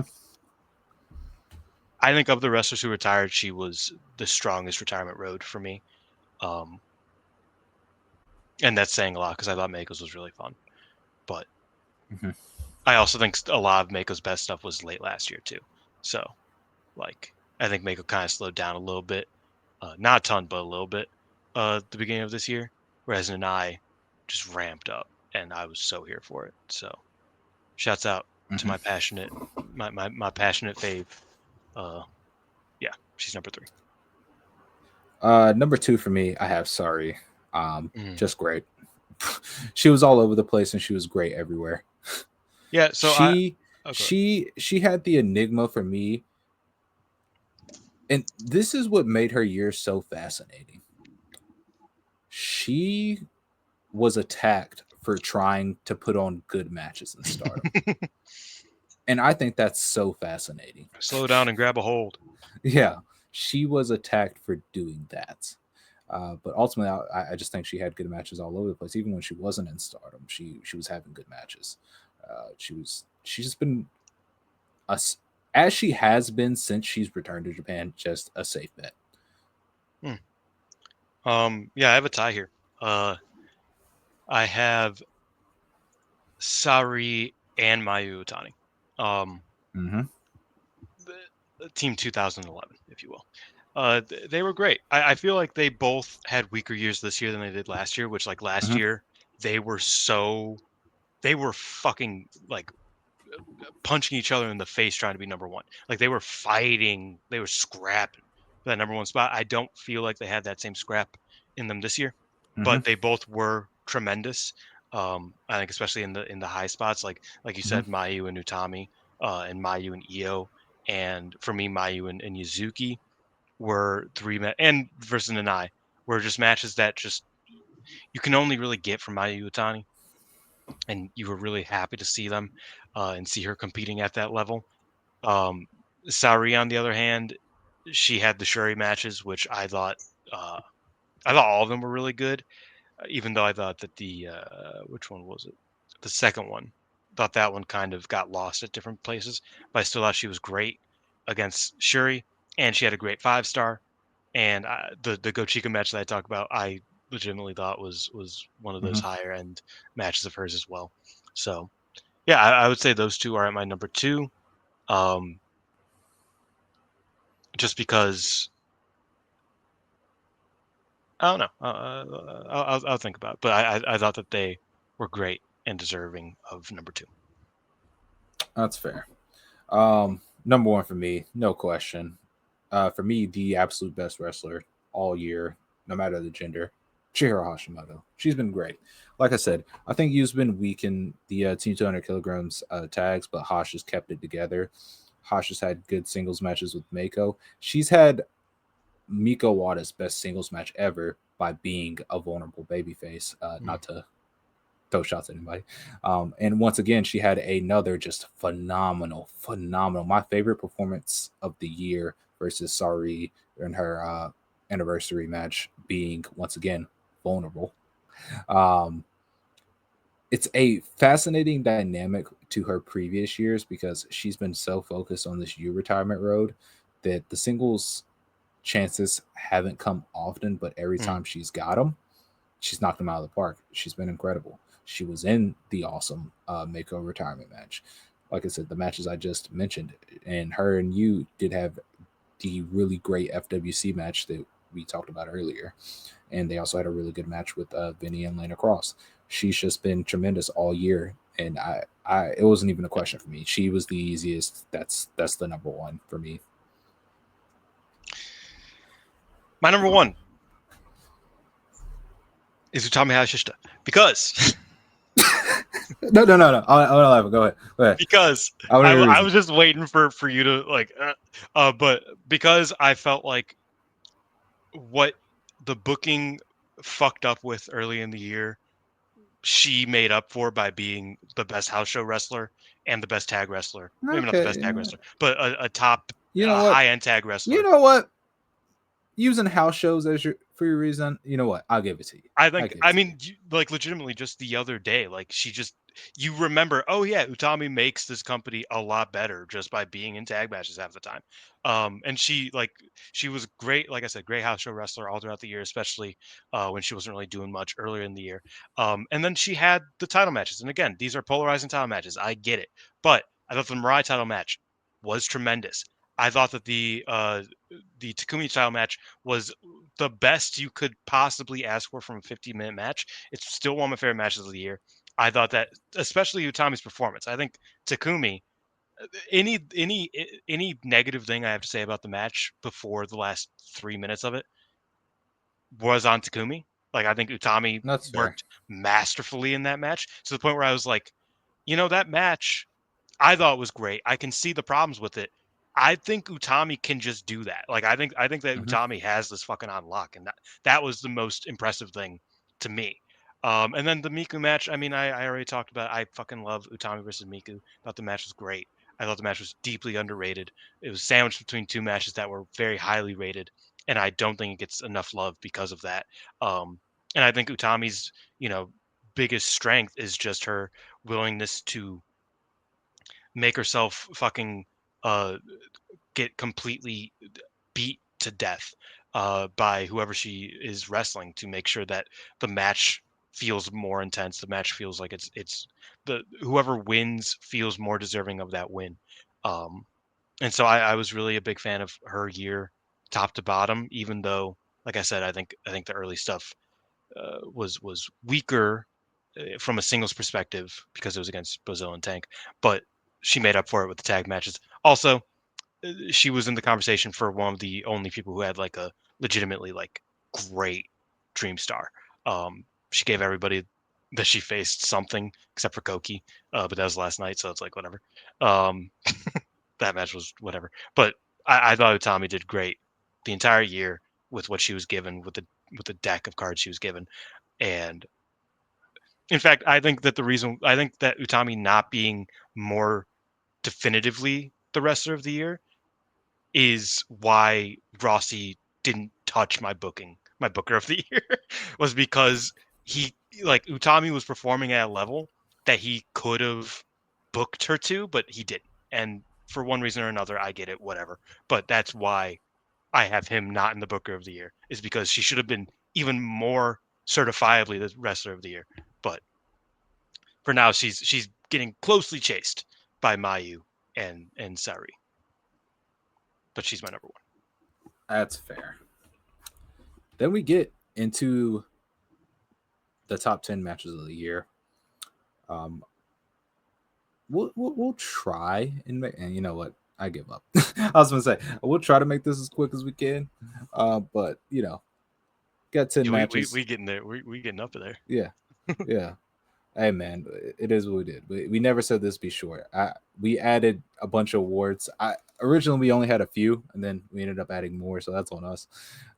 But number 10 for me, and y'all thought I hate Stardom. It's the Purge Night of Torture main event. Come on, Saika Matani versus Yujiro Takahashi that turns into Yujiro Takahashi versus Evil. Yujiro Takahashi ace run. It's the best. It's the best thing New Japan's done all year, and they didn't book it. It was Evil. Evil booked a whole show just to make Yujiro Takahashi Jumbo Saruda, and he worked a singles match with the World of Stardom champion, which is still taboo despite we're going into like year 4 of Bushiroad owning Stardom. Um, and not only that, they worked an actual match. Like he sold for her. Although Saya did try and do the Star Crusher, and she just it wasn't happening. She wasn't strong. But I just love that so much. But what's your number 10? Um, my number 10 has been highly contemplated throughout the weeks and months of this year. I think I'm gonna leave it where it's at right now. Mm-hmm. It's Maya versus Nanai. Iwatani's arrival in Corkin Hall. Great match. Just one of those matches that Oh, really you have like. it at 10. That's awesome.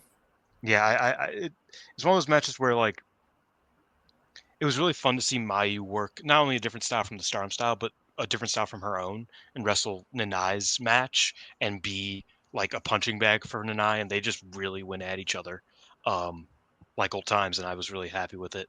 I I can't think of a better way to debut Mayu Utani than having her face Nanai. I thought that them like everything surrounding the match was beautiful, and the match itself was just so high end and it was just so aggressive. You never knew when it was going to end. And it ended with a flash pin, which I appreciated. I actually really liked that. Didn't really know. Like, it just felt like, oh, I don't know where this is going. And then that's how it ended. And I really appreciated that. So, yeah, I was a big fan of that match. Number 10. Number 9, I won't talk about it too much because once again, Bill doesn't know what it is. Um, I mentioned it earlier. Shujo Katsumori versus Masaki Mochizuki. two 50-year-olds who are just trading strikes and holds. I love everything about it. Go gosh, way to go and see it. Yeah. My number 9 is it's Bandito versus Konosuke Takeshita from That's a Supercard of good Honor. one. I did think about that one. That's a good one. It was kind of like these two 9 and 10 are joined by Bandito versus Massacre Dorado as like those were kind of like one of them had to fall off that ended up being the Dorado one, but Hmm. Bandito versus Takeshita was one of those matches where I was watching it and I had to do something Hmm. right afterwards.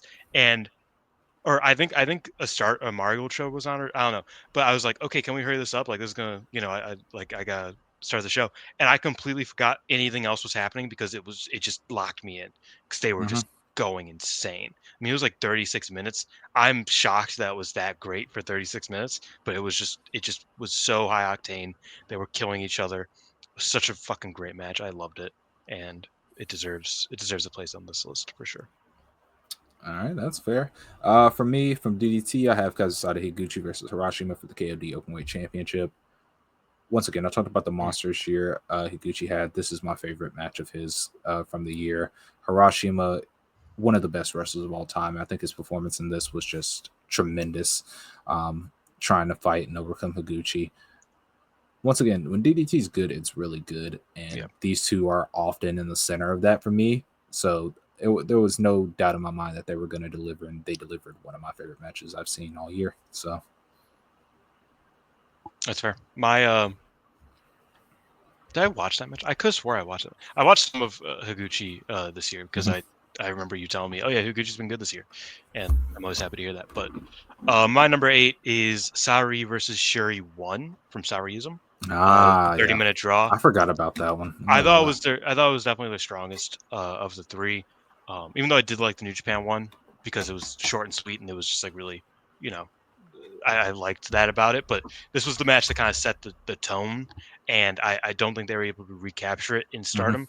And then they kind of had to go a completely different direction with the New Japan one. So this was like really the definitive match for me Hmm. between Saori and Shuri. Really great match. I've learned to really appreciate a good 30-minute draw, um, a good draw in general, as we'll talk about in the next one. Um, and I was really happy with what they were able to do here.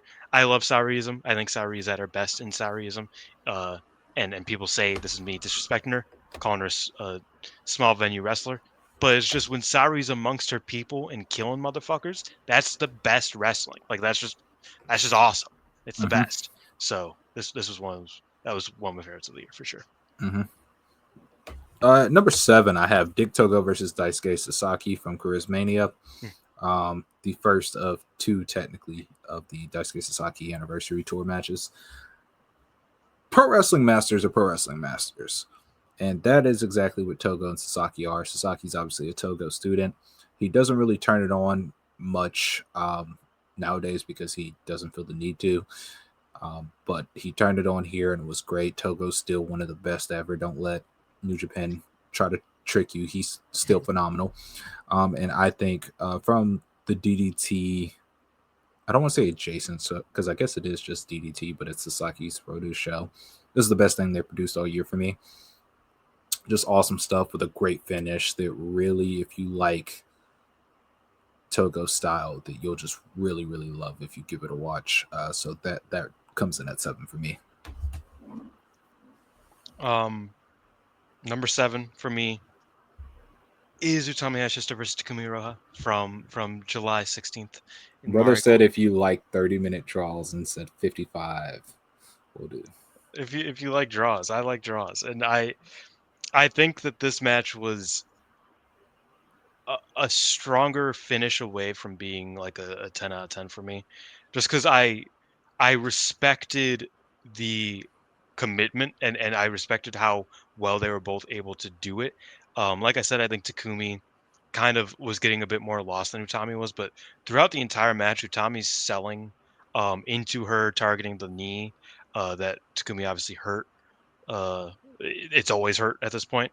Mm-hmm. Into just kind of that like desperation near the end. Utami was able to kind of perfect that in this match. I think Takumi did well early. She I thought that her work on the back was a lot of fun, and Hmm. I think that it I think that they clearly for me, and I know you don't like them as a pairing, but I felt like they clearly meshed way better here than they did once upon a time. And again, if the match was either 5 minutes shorter, or they did the finish a bit differently, I think there were a few ways you could have done this. In fact, there was a move that they did. I forget exactly which one it was, but there was a move that's like, yeah, that should be the finish if they're going to go to a double knockout. And then they got back up, wrestled for another 3 minutes, and then went to double knockout. And I was like, that's could have just could have just done that. Like that would have been perfect.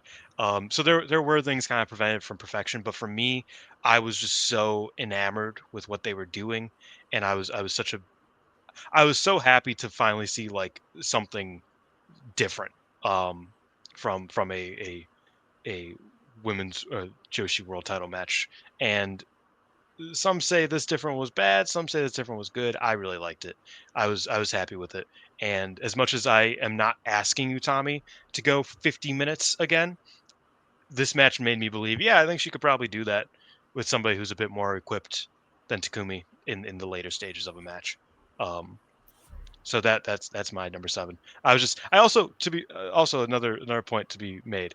I also went and watched Superman right after that match. So I was having a good day. Like that was a good day. I was happy. Um, great movie as well. So yeah, I really like that match. I know it's a bit of a polarizing one, but I enjoyed it. Yeah, I hated it, but I'm Yeah. happy you liked it. Um, Coming in at 6, I have a match you already mentioned. I have the Mayu Iwatani arrival in Marigold, Mayu Iwatani versus Nanai Takahashi. I love this because who would have thought that we would get it? The answer is everybody with a brain. Um, Secondly, it was just Mayu having to reintroduce herself to the rest of Joshi scene as, hey, no longer Stardom's icon. I'm just the icon of women's wrestling, and I'm not here to just rest on my laurels. I'm here to build this company up and show why I'm the best, and also send all my feelings to Nanai before she retires, and Nanai beat the brakes off of her.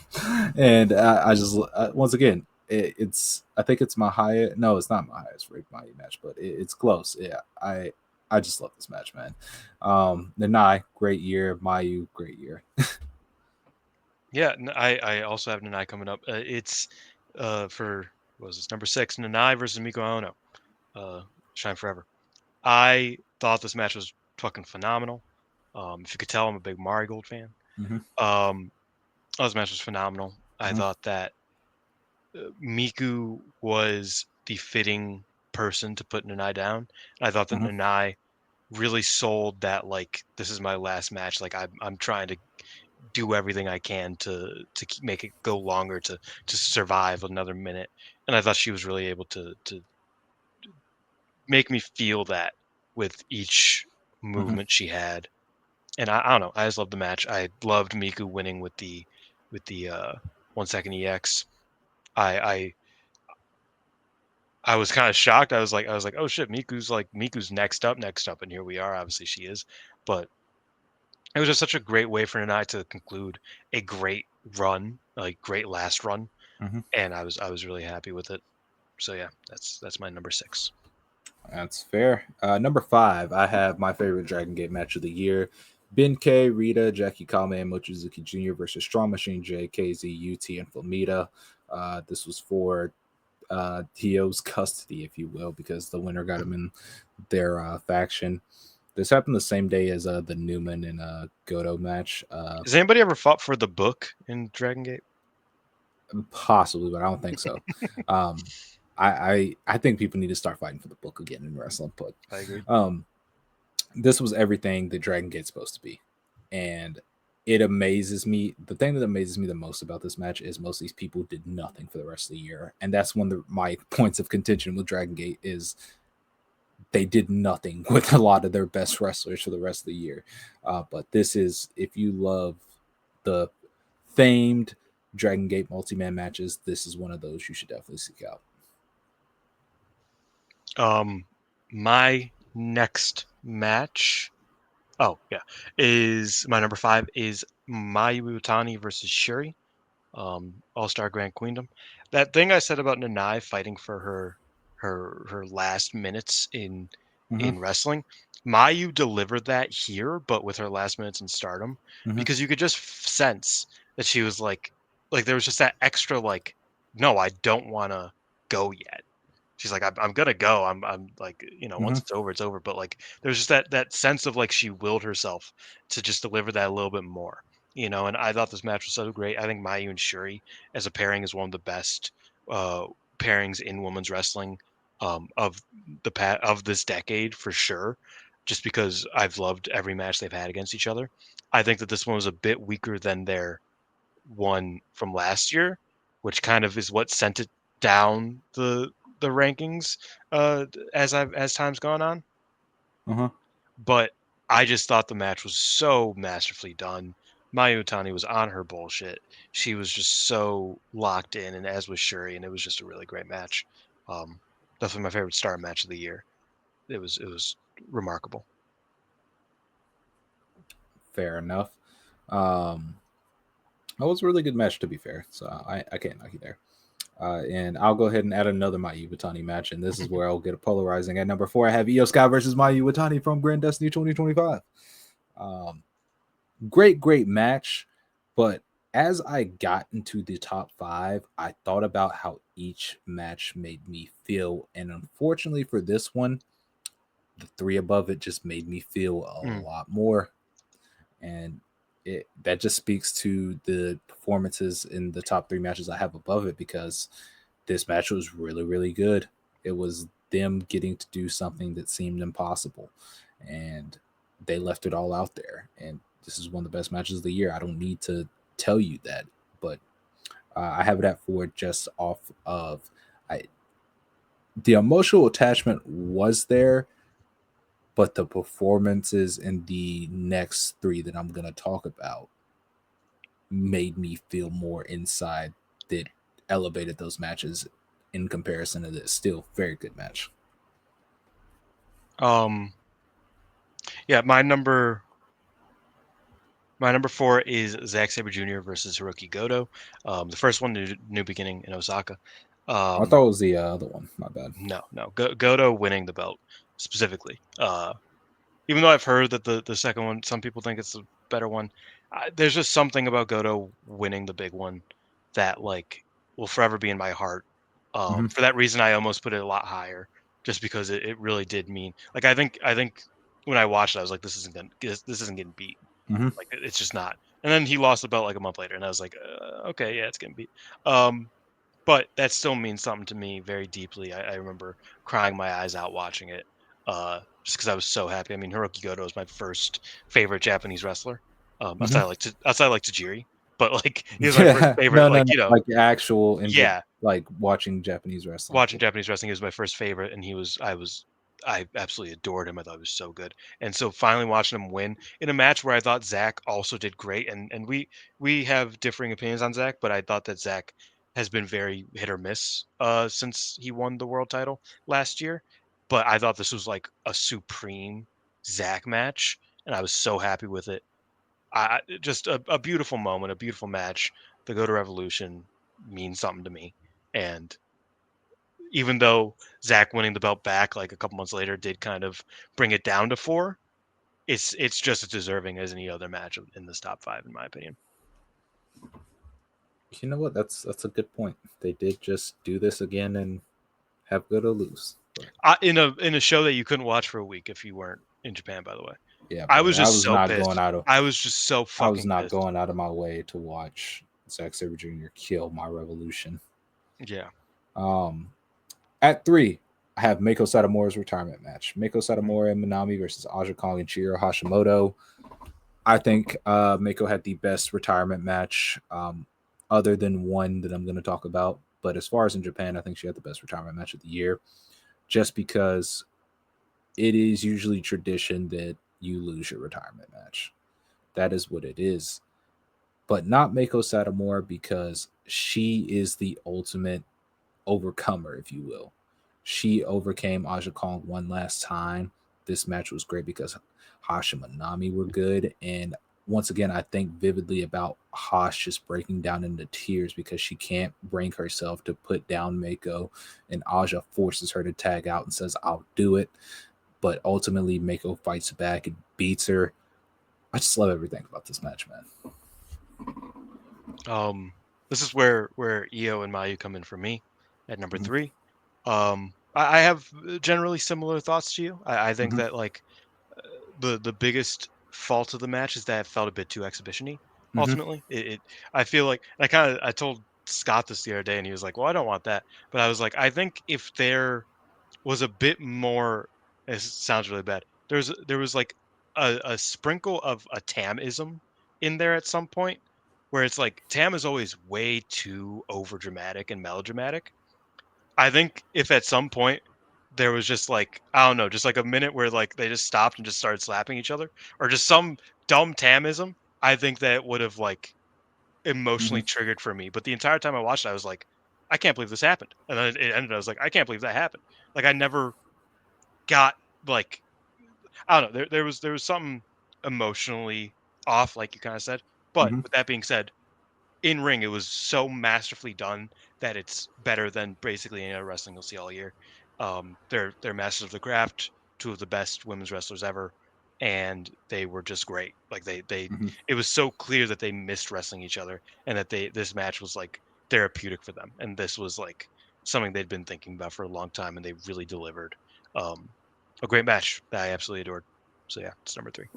It's fair. I was wondering when that was coming in for you. Number 2, I have Keno versus Kenta from Noah's Mm, 25th anniversary Corkin for the good one. GHC Heavyweight Championship. I love Hiroki Goto so much, but I don't think anything moved me more than watching Kenta win the GHC live at like 8:30 our time. I had enough sleep. I was good. I I was on cloud 9 when that 3 count happened. Not only that, but I thought the match was awesome, and I was biting on every near fall, and I was like, "Come on, man! I just need Kenta to win, bro." I was like, "Bro, I can't. We're already here. We got to let it happen." And then when Kenta won, it's just amazing. Obviously, the match itself was great, but Kenta winning is what really just made me happy because, like I said, this is a year where we thought wrestling was bad, and you probably won't think of that because we're approaching 3 hours on our award show. But not a lot of things made me super happy, and seeing Kobashi hand Kenta the championship, and he slapped him on his arm and told him the GHC still suits him. Just just made me feel good Beautiful. inside. Yeah. Yeah, just awesome stuff.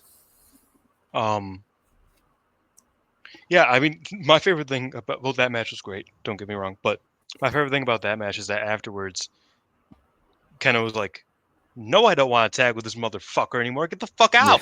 The fuck, just beat the fuck out of me. We ain't partners no more. Fuck him." I thought that was great. But I thought the match was great as well. My number 2, you forgot about it. You told me this earlier. It was El Desperado versus Junksai, Yeah, I forgot rematch. completely about it. Uh, from June.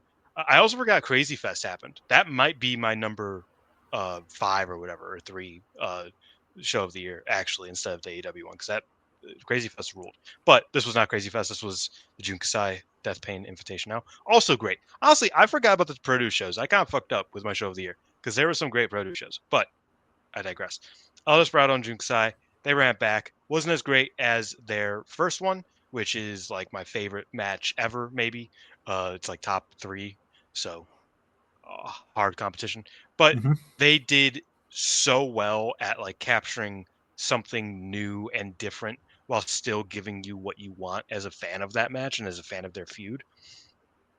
They did a great job of really making the finality of it mean something, and even an even better job after the match of Jun Kasai being like, if we're both still alive and we're both still wrestling 10 years from now, let's meet again. And that legit made me cry because that man is old and he's been Uh-huh. through a lot, and he will be through a lot, and I worry about him. 10 years is a long time, but there's just something beautiful about that.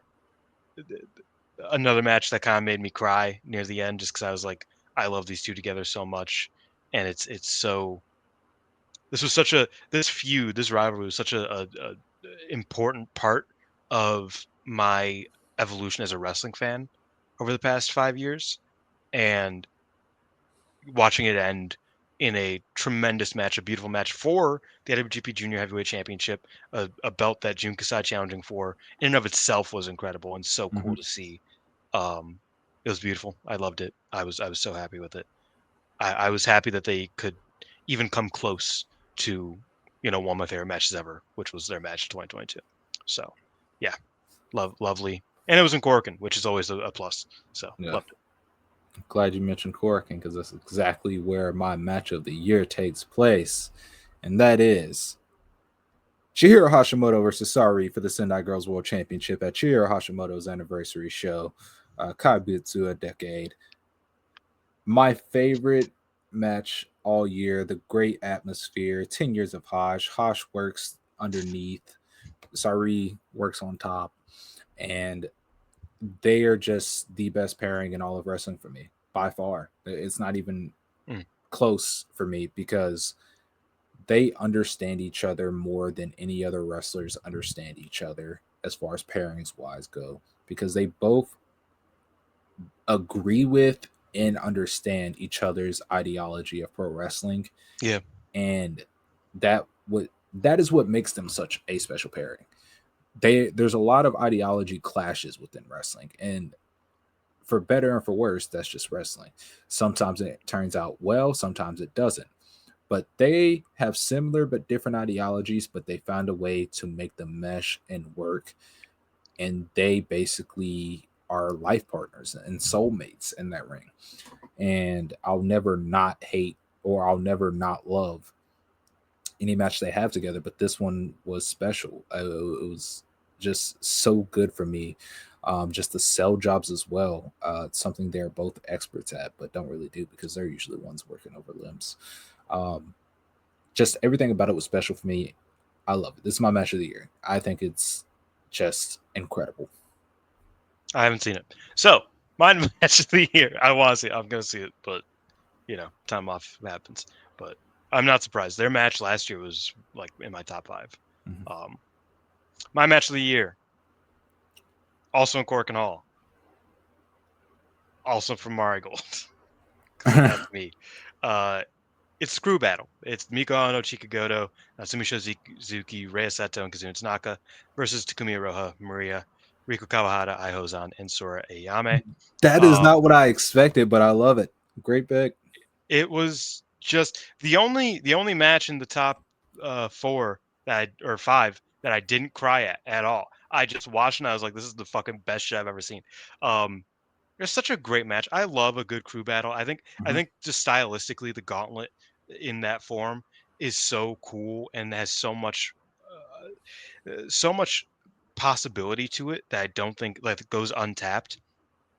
Mhm. And in this case, it really just allowed each wrestler to kind of look like a fucking legend because you had Rei Seto and Kazuna Tanaka really holding down the fort early against Ai Hozan and Sora Yame, both looking good, both looking like fierce competitors, like we're going to fucking beat the fuck out of Marvelous.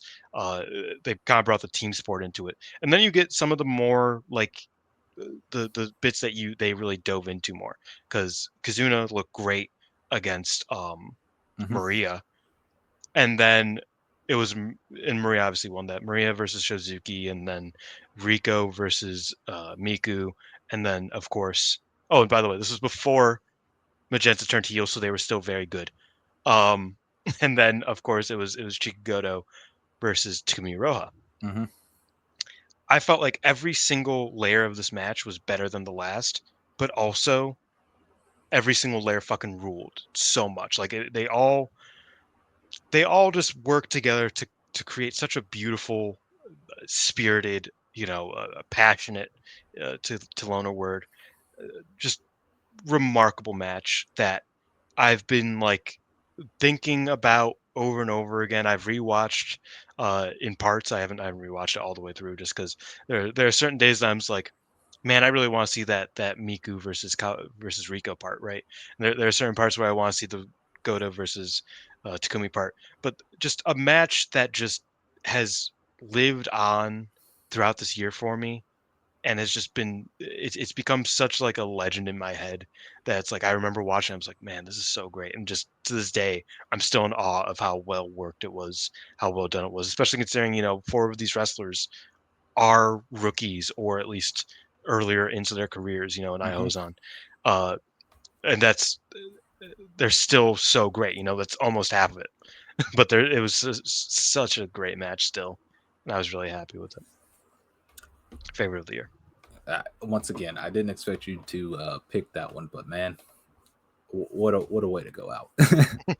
I'm glad I let you go last. Yeah, it was certainly a top 4. Like I think I kind of like debated my top 4 over and over again, Yeah, but I for think sure. that one's a fitting number 1. Listen, I And you mean, can it tells you how fucking crazy this year's been because that's such a yeah, it's a random match. I think it was the best match of the year, but it's such a random match that it's like, yeah, that's 2025. yep, no, that perfectly encapsulates 2025. I mean, if you stayed this long by the time this goes up, God bless you, man. We didn't expect to go 3 hours, but we did have a lot of talking points. We did have a lot of conversation just to explain stuff. Plus, this was the first ever one. We'll workshop it next year if we're still watching wrestling. But I know I if you did this for me last year, it'd be so intricate because there were like so many like intricate matches, or like the year before, yeah, like like, oh, we'd get to talk about some yeah, astronauts, some this, some that, like just like, and I've just yeah, been like, yeah, I mean, most wrestling sucks, so I yeah, kind of watch like the handful of wrestling I watch, and yeah. that's where most of the good stuff comes from. And one thing I'll say before we do our plugs and get out of here, I did have a 1B, an honorary 1B, Hmm, which was John Cena's retirement match. Obviously, that's fair. loved it.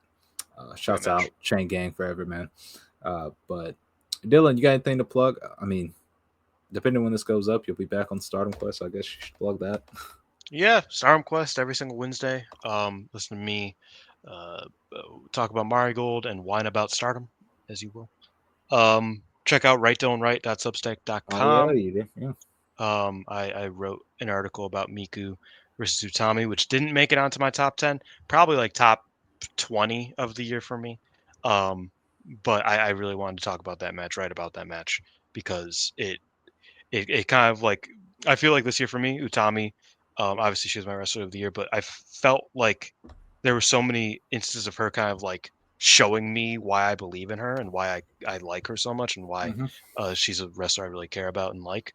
So read that if you want to get a little bit of insight into that, and follow me on Twitter, XX Ichiban, because I'm 21 on the mic, but I'm number 1 in your heart.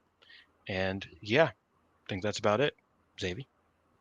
For me, on my Substack as Aviism, I did write about the Persian Night of Torture main event, so y'all should check that out. Um, as for me, by the time this goes up, I should have the most recent, what should I call it? Most recent, which will be the final episode of the Stardust Press podcast proper. I do have a Gun Pro episode coming out next week, but proper for the year just because of work and holidays and stuff like that. So y'all should go check that out. And furthermore, this will probably be the last No Limit of the year. So everybody, Merry Christmas, Happy New Year. Yeah. You want to tell them? Merry Curry, Happy New Year, Happy Hanukkah. I think Yeah, Kwanzaa's around this time. yeah. And Dylan, what do you got to say to the people? Oh, I almost forgot. There's something I need you guys to do for me really quickly. You need to tell your mom, tell your dad, tell your brother, tell your sister, tell your auntie, tell your cousin, tell your cousin's weird boyfriend that you don't really fuck with, but you have to see at Christmas because it's a holiday. Um, tell the drunk guy that you're hanging out with for New Year's. Um, tell the girl at the bar that you think's pretty and you don't really know how to like initiate conversation. What you need to tell her. We need to tell her immediately as soon as you see her. Walk straight over and tell her that the No Limit Wrestling Show is the best show in the business. Arrivederci, matane. Get